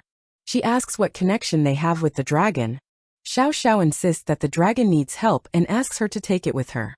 She is reminded of the crime of trespassing in the forbidden area of the dragon clan. The white dragon resents her for hurting his brother. He blames Xiao Xiao for all of his third brother's troubles and wishes her death. 2 days pass. It becomes known that Xiao Xiao does not leave the laboratory and hardly speaks. She is worried about her third brother, and is afraid that she won't hear any news about him. Ding Dang states that she doesn't feel sorry for Xiao Xiao. She is reminded that she disobeyed her brother's advice and ran away to her. Ding Dang realizes that third brother may not survive and Xiao Xiao needs to be brought in. She recognizes that third brother is sincere to Xiao Xiao. Ding Dang admits that she was just scared. She doesn't want any regrets at the end of the journey. She can only temporarily prolong third brother's life. The second brother has already gone to his father for help. Ding Dang bursts into the room and asks about the third brother's condition. She is horrified when she hears about the life extension. Ding Dang accuses her of interrogating her, and asks her to tell him what their relationship is with the third brother. Xiao Xiao suddenly declares that she is his girlfriend, adding that she will become his wife. Ding Dang is shocked by the relationship confession. Ding Dang informs that her brother can't take it. She advises to go and spend his last moments with him. Xiao Xiao apologizes. She blames herself for what happened and decides not to be discouraged anymore. She believes that human medicine will help dragons. Ding Dang is happy with this turn of events. She is determined to learn all about dragons. The mother is heartbroken, asking her son to open his eyes. She laments that the injuries are too serious. The older brother admits that his strength is not enough. He fears his brother won't make it out of this crisis. The mother blames everyone for what happened to her son. She refuses to believe in fate and believes that everything is not accidental. The mother blames the father of the dragons for being overly strict and forcing the children into difficult trials. She vows to divorce if anything happens to the third son. The father is shocked at what is happening. In desperation, he demands to open the barrier to save his brother. Ding Dang and Yu Tianlin prepare for the operation. They decide to go ahead with the plan without wasting any time. The mother is outraged that they dragons are using human methods. She asks why they dressed up in costumes. Xiao Xiao asks everyone to step back. She says they have a solution. Tianlin explains that they are just doing sterilization. The mother is shocked by their actions. She doesn't understand how dragons can be treated with human methods. Ding Dang convinces the queen that modern methods will work. Xiao Xiao is determined, declaring that this is her man. Ding Dang supports Xiao Xiao in every way possible. The Dragon Queen asks to focus on work. She is happy that her son has found a mate and doesn't like men. The Dragon Queen is happy for her son. The Dragon King reports the rescue of the third brother. He intends to talk to Ding Dang about running away from home. An angry voice descended upon Ding Dang, accusing her of insolence and running off with that chicken. Enraged, the dragon god's face contorted with anger, reminding Yu Tianlin of the trust that had been placed in him and the malicious intentions he had supposedly concealed. Yu Tianlin, full of determination, admitted his guilt to the dragon god, but stated that he had no regrets whatsoever. He admiringly described Ding Dang as a woman he was willing to give his life for, emphasizing her intelligence and kindness, and expressed his gratitude for her upbringing. Yu Tianling, with a smile, held out the gift, hoping that the dragon god would enjoy the small token of gratitude. Surprise and delight were reflected on dragon god's face at the sight of the Lelago box. a globally limited edition box. Without hiding his amazement, the dragon god cried out, asking how Yu Tianlin was able to get his hands on such a rarity. Yu Tianlin explained that even with an alarm clock set, he wouldn't have been able to buy this set, as there were only 100 of them produced, emphasizing its extreme rarity. Anger replaced by reflection, the dragon god said that Ding Dan and Yu Tianlin's marriage was approved given his status as the prince of the Ice Phoenix clan, but urged them to once again think carefully. Ding Dan happily thanked royal father for agreeing to the marriage. Despite agreeing, Ding Dan's father warned her to inform him immediately if Yu Tianlin mistreated her. In a burst of fatherly concern, he admonished Ding Dan, saying that she was now in charge and could even pluck his feathers if she wanted to. Thinking of the others, Ding Dan asked about third brother and Xiao Xiao. She was told that it should be clear from the past few days how much Xiao Xiao had done for third brother. It turned out that Xiao Xiao had saved third brother's life from the Samadhi fire in the dragon clan's forbidden area by giving him everything. It was emphasized that Xiao Xiao had not closed her eyes for a single moment in the past few days, working harder than anyone else. With a sense of appreciation, one of the brothers said that he really liked Xiao Xiao, and her silly feelings for the third son touched his heart. Recalling the past, a comment was made that her feelings were similar to what another person had for him in the old days. But at the same time, a cold reminder sounded that after all, she's only human. With doubt and prejudice, it was stated a human and a dragon together. That's. Worry for the third brother's fate grew. Third brother's wounds have all healed. Why is he still not awake? It was decided to find out the reason for the delay in waking up. An anxious Ding Dan turned to Xiao Xiao, asking when third brother would wake up. Xiao Xiao turned to Elder Ao, preparing to answer the anxious question. Xiao Xiao began her explanation, saying that Jiao Jiao's physical wounds had healed quickly, but he was still in a coma, hinting at something wrong with his brain. An alarm sounded in Xiao Xiao's voice, foreshadowing something bad. A grim prediction was made that the third brother might become the first dragon vegetable in the clan's history, forever falling asleep and not waking up. It was explained that third brother had gone too far in the forbidden zone. It was explained that it made his dragon soul fly away, which was why he still hadn't woken up, and Xiao Xiao was asked about Xiao Xiao's future plans. Xiao Xiao, full of determination, stated that she would continue to take care of him. Her devotion knew no bounds. For the rest of my life, she promised, adding that human life was short, but she would spare nothing to take care of him. With hope in her voice, Xiao Xiao asked for support in her decision. With a sigh, the elder called her a foolish child and urged old Ao to find a solution. It was explained that dragon souls are divided into 3 parts: heavenly, earthly and dragon souls, and Ao Jiao's soul was obviously lost. To retrieve the soul, it was necessary for the dragon closest to him to enter his sea of consciousness. Ding Dan volunteered to go first. With a cry of Aya, Ding Dan flew out of the third brother's sea of consciousness with a wave of force. An annoyed Ding Dan complained that third brother wouldn't let anyone near her, pushing her out right after entering, and urged her mother to try. In desperation, the mother turned to the third son, asking why he wouldn't let her get closer. Xiao Xiao suggested, "Can I try?"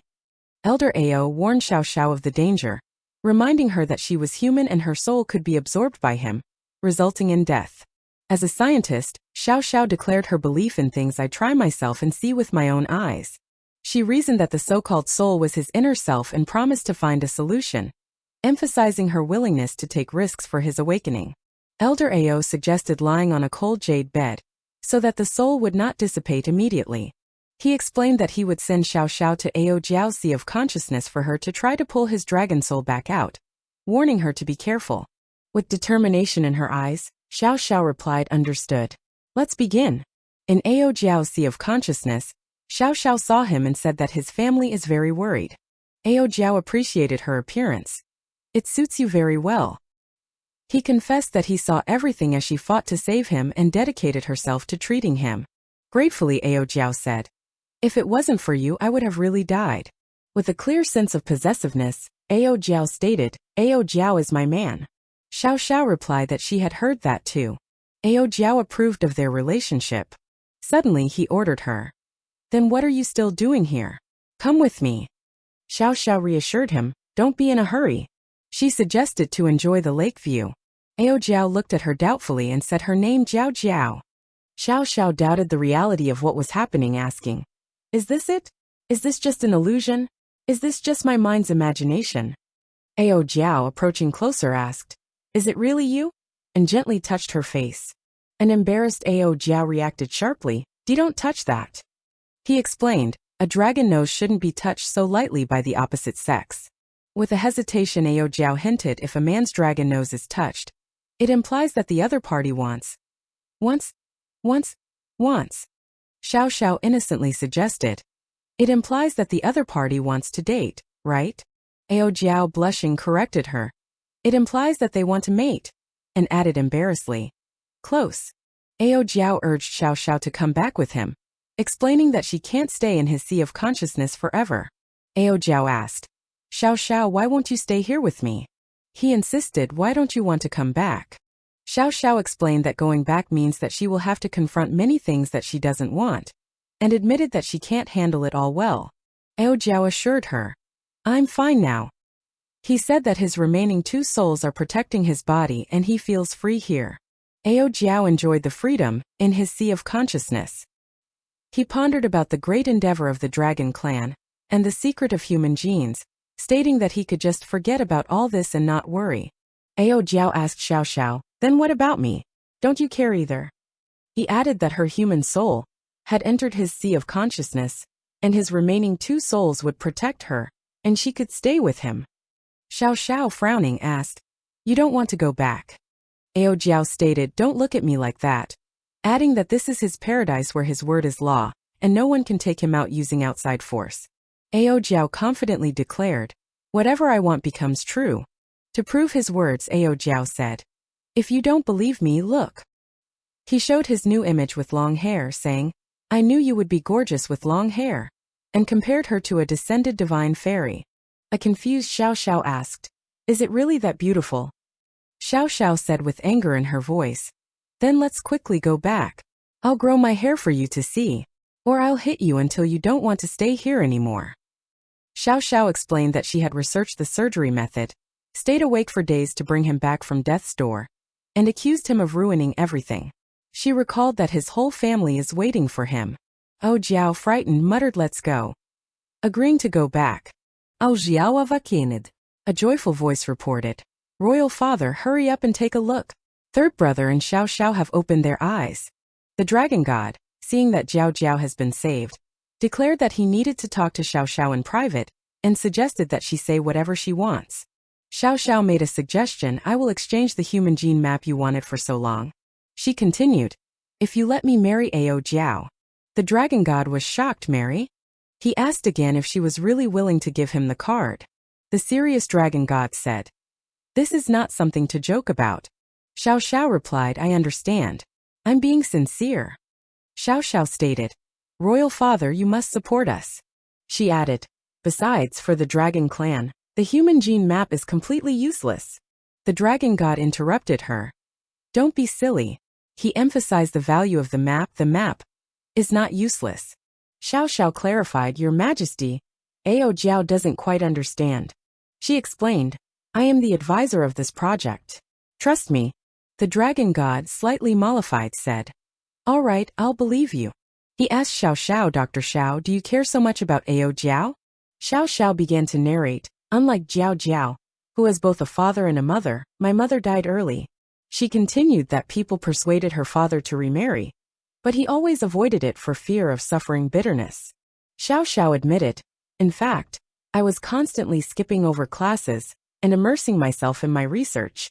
She said that she had rarely been home in the past few years, and that she and my father had really drifted apart. Sadly, Xiao Xiao said, "During those years I buried in my mind the thought that my father no longer needed love. Jiao Jiao was in trouble this time and I finally realized." She concluded, "My father. He is actually someone who will never forget his wife for the rest of his life. The best feelings have already come and gone, everything else is worse." With determination, Xiao Xiao stated, "Then, even if Jiao Jiao and I are separated by life and death, I still won't give up on Ao Jiao." The dragon god, understanding her feelings, said, "He is the same way. He has seen the love that you and the dragon queen have shared for so long. He understands what true love is." He agreed to the exchange. Your Majesty, you trade the man and I will trade the card. The dragon god promised Xiao Xiao Xiao Xiao, I will be good to you for the rest of my life. He clarified, no. In the next life and the life after that too. Forever. I will always be kind to you and only to you. Suddenly, an angry voice rang out, third son. You're being too brazen. And you Morong Xiao. The dragon god became indignant. You actually dared to negotiate with the Eastern Ocean Dragon Lord? He continued, angrily asking. Did you think that I would be afraid of your threats? Suddenly the mood changed. The dragon god laughed. Ha ha ha ha. Fooled you. He admitted that he actually wanted it, seeing their feelings, and announced a huge banquet to celebrate their engagement tomorrow. Ding Dong happily thanked Dragon God, while Xiao Xiao was shocked. Xiao Xiao said, I never expected the dragon clan to be so interested in human affairs. She added, I also don't know if this is good or bad for the two races. Thinking back to the past, Xiao Xiao said, You said earlier that your second brother Aoyi holds a grudge against humanity. Will he really go to extreme measures again? Ao Jiao reassured her. Don't worry. Second brother's wounds won't be completely healed for a while, unless he can get the jade herb from the dragon palace, which can heal a dragon's internal wounds. He added that royal father keeps it safe in his room and the password is O. Ao Jiao said with a chuckle. Haha, do you think second brother can figure it out? Far away from the dragon palace, Xiao Xiao's mother worried asked Xiao Xiao, Jiao Jiao and Ding Dan, where did you guys go? There hasn't been any word from you guys for the past few days. I'm really worried. She noted, my legs have not fully recovered yet. Xiao Xiao's mother turned to someone. President Ao, when did you get here? President Ao asked. Where are Xiao Xiao and Jiao Jiao? Why are you still calling me that? He introduced himself. You are Zhong Xiaoyan and also Atong. President Ao continued. But no matter what your name is, you are still a secret agent of the Humanity Alien Race Monitoring Division, right? Xiao Xiao's mother embarrassedly replied, what did you say? President Ao admitted, I'm the dragon you've always been looking for. He repeated, I'm the dragon you've always been looking for. To prove his words, he showed his dragon form, asking, Do you believe me now? Xiao Xiao's mother woke up and said, What happened? I think I fainted. President Ao, holding the cup, said, You're awake. Xiao Xiao's mother confusedly asked, what the hell do you want? President Ao reassured her. Don't be afraid, Atong. He explained, You don't remember, but I used Royal Father's tool and found your past soul that still remains in your body. Xiao Xiao's mother said, The jade grass has greatly improved my strength. Or else, I wouldn't have been able to bypass the cold snow jade barrier. President Ao with grim determination said, Atong, destroy this world with me. In the human world, a man remarked, Look, the sky is really strange. A little girl fearfully said, Mommy, I'm scared.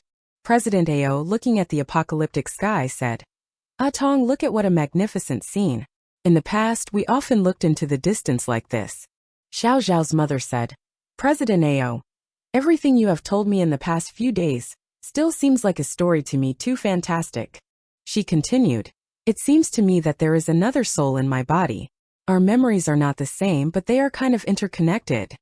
She admitted, I still can't accept that it's mine. From my point of view, it's all too fantastic. President Ao said confidently, The secret agent of the Humanity Alien Race Monitoring Division says it's too fantastic? Xiao Xiao's mother replied, You know what I mean. If I am Atong's clone, then I am a different person, do you understand? President Ao objected, No, your soul is the same.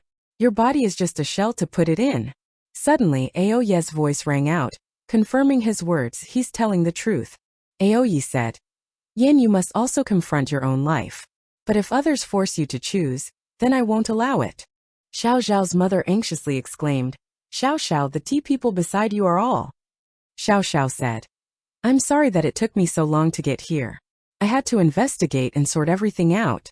Aoye didn't hurt you, right? How are you feeling? Do you remember everything? Xiao Xiao continued, That's what I have to ask you. There hasn't been any word from you in the past few days. What happened on Earth? Why are Jiao Jiao and Aoye brothers? Are they both real dragons? Dragons are the enemies of humanity, don't you know? We need to get out of here. Jun Xiaoyan calmed her down. Xiaoyan, calm down first. Not all of them are bad people, just like not all humans are bad people. Jun Xiaoyan admitted, Xiao Xiao, I'm really confused. I really can't figure out if Atong is me or Xiaoyan. Aoyi wants to destroy the human realm, but my mind can't decide whether it's good or bad, right or wrong. Aoyi smiling said, so you have come, third brother. I am indebted to you for your concern. I borrowed the jade herb, and my strength has improved greatly. I released the curse that was destroying the world. How great it is that we can witness this scene together. Aoyi continued. I released the curse destroying the world. How great it is that we can watch this scene together. An excited Ding Dan exclaimed. Old father, didn't you say that second brother only took the jade grass? Why did he also release a world-destroying curse? Tell me. Dragon God explained. I was playing LOL with my second uncle until late at night and forgot to take out the forbidden curse from the safe. Dragon God asked. Second brother, why do you have to do that? Aoyi angrily replied, are you still shamelessly asking me why? Third brother, you have Murong Xiao, but what about me? Aoyi continued. The woman I loved was killed by those evil people. I've tried everything to recover the memories of her past life, but it seems futile. What was mine has been ruthlessly plundered. Furious, Aoyi said, You guys haven't experienced being cheated, betrayed. Your brother's dying before your eyes, and your lover hiding his suffering from you. How can you criticize me? Aoyi continued. I know Atong doesn't want to acknowledge me. It must be because she still holds me responsible for being helpless back then. If I had completely killed them earlier, maybe she would have recognized me and stayed with me a long time ago. I don't want to ascend to immortality. I don't want the throne of the Eastern Ocean Dragon Lord. I just want to live freely with the woman I love. Is that wrong? It's all the damn people's fault. Ding Dan said, What's wrong? Second Majesty looks really scary. Old father made a foolish decision and personally allowed second brother to obtain the jade grass. He incited the third brother to steal it. Just great. The human kingdom is over if we don't figure this out. Aoyi said. Second brother, I said before that I won't let you do things your own way. My strength is more than 100 times stronger now. Aoyi asked disdainfully. How can you defeat me? Of course, if you still persist, I will gladly give you what you crave so much, death. You've never understood yourself. You don't even know what you're relying on, you just know that you're giving your life away. Xiao Xiao, holding the syringe, said. When I was saving our Jiao Jiao, I said. She continued, dragons are also organic creatures, so. Xiao Xiao explained, when I was bored in the dragon palace, I refined the jade grass, so. The degree of strength improvement is unknown. I really want to test it out. Xiao Xiao solemnly announced. Let the human science and the divine medicine of the dragon clan have a decisive battle. Ding Dan, surprised, asked. Xiao Xiao, is this refined medicine really effective? Why doesn't my body feel anything special? Xiao Xiao replied. If you want the medicinal effects to be good and fast, then it's not enough. It seems like something else is missing. Xiao Xiao gently kissed Ao Jiao and said, Go, dear husband, regardless of the outcome, I will be waiting for you. Ao Yi with a gloomy expression said, Second brother, accept this move. Ao Jiao shouted, Give up your hatred. Doing wrong things the wrong way will not lead to a good end. Ao Jiao continued, HMPF, don't use our ignorant kindness to judge me. O Jiao said, Jiao Jiao, second son, you must admit defeat now. Ao Yi, holding up the letter, said, Ao Yi, you are indeed a very stubborn dragon. You do so many stupid things, because of your inexplicable persistence. Remember to change. He added that he believed Xiao Zhao's fantastic story. Ao Yi finished the letter. I just need some time to find my true self. I will try to merge Zhong Xiaoyin and Atong into one soul. I hope the wait won't be too long. Wait for me. The dragon god, looking at the letter, said, Silly girl. He added, You have always been like this. You used to run away from home during a quarrel and write me a letter afterward. The scene shifted to Egypt. Xiao Zhao's mother, remembering, said, I wonder how Xiao Xiao is doing. I'll send her a postcard. Xiao Xiao, looking at the dragon in the sky, thought, How could this be a dream again? She felt this seems like a bad omen. Xiao Xiao thought, from what I know about Jiao Jiao's identity, that golden silhouette is him. Xiao Xiao thought, the person I love. Ao Jiao. A scene of a foot stepping on something red. Xiao Xiao thought, but the end is always the same. There is some force that separates us over and over again. This has already become my nightmare. Xiao Xiao thought, is this fear from deep within my heart? Or is it a bad omen? This is the first time I have felt anxious. Xiao Xiao thought, no, I don't want such an ending. A voice chimed in, you can have a different ending. Xiao Xiao asked, who is speaking? The unknown voice said, you're the lady who made that tomboy give up the position of Eastern Ocean Dragon Lord and chose to stay in the human realm instead. It seems that you are indeed very unique. The unknown voice replied, I'm just someone who came to give you a wedding gift. My identity is not important. The unknown voice asked, time is limited. Let me ask you, are you willing to live one life together with Ao Jiao, together in life and death? Xiao Xiao replied, sister, together in life and death is impossible. The lifespan of dragons is several thousand years. The longest I can live is 90 years, which would already be considered impressive for humans. How can we be together in life? The unknown voice replied, I am brother. Xiao Xiao said, be real. From your appearance, you must be his relative. Thank you for your good wishes, goodbye. The unknown voice said, what if I told you that the wedding gift I'm giving you is a commitment? As long as you pledge, the two of you can live together in life and death. But I urge you to act prudently. If in the future you two divorce, it will cost you half your life expectancy to break the commitment. The unknown voice concluded, very well then. From this day forward you will be together in life and death. His life is your life, his death is your death. Together in life, together in death, inseparable. Xiao Xiao thought, then won't I have to live for several thousand years? The unknown voice assured, don't worry. Ao Jiao is strong, he won't get sick easily.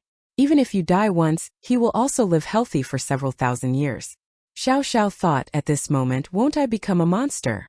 An unknown voice said, that's not what I meant. The unknown voice said, we will meet again. Be happy. 3 years later, at the Human Genome Map Exchange Conference, President Ao spoke, thank you all for coming today and supporting the expansion and research of science. I have shared all the information I wanted to. Now I have something I need to do, so I will leave first. President Ao said, my wife is waiting for me for a date. The people around him said, congratulations. That was an interesting lecture. People around admired, wow, so tender. This is the best couple in science. Husband and wife. Both have so many awards under their belt. It really makes others envious. President Ao thought, I wanted to pick you up earlier, but you came here first. Xiao Xiao asked, how am I your wife? Although we got engaged 2 years ago in the Dragon Palace, we still haven't officially registered in the human world. Aren't we going to register today? President Ao, embarrassed, thought, aren't we going to register today? He replied, because you only reached the age of majority last year. And you also said that we need to wait for Xiao Yan to return before holding the wedding ceremony. Xiao Xiao, pouting, said, she's coming back next month, so strictly speaking, we're not husband and wife yet. President Ao, embarrassed, thought, do you have doubts? Don't you want to marry me anymore? I refuse. Don't think you can leave me. I will definitely disagree. Xiao Xiao, smiling, said, I'm just teasing you.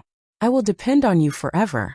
President Ao asked, are you really not going to return to the Dragon Palace? Doesn't your royal father want you to take the king's place? Xiao Xiao thought, don't force me for the sake of my life.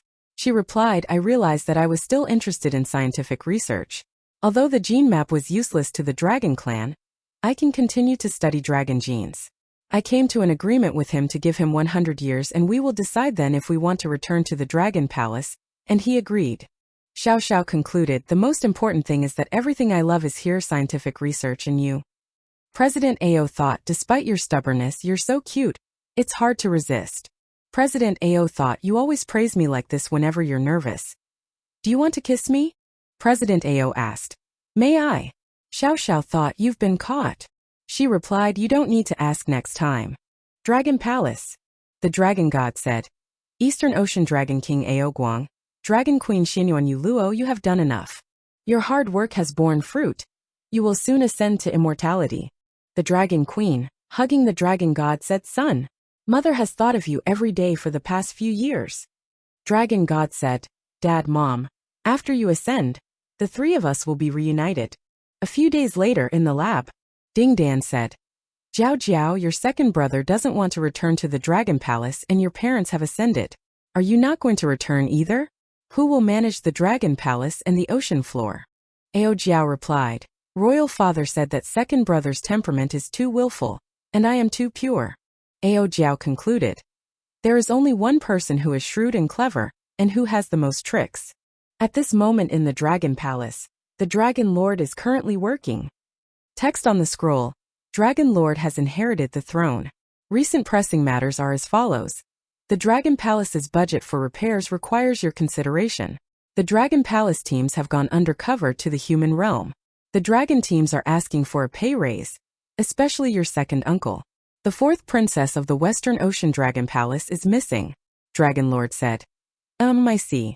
To celebrate the succession of the Dragon Lord, the Western Ocean, Northern Ocean, and Southern Ocean Dragon Kings sent people here to congratulate.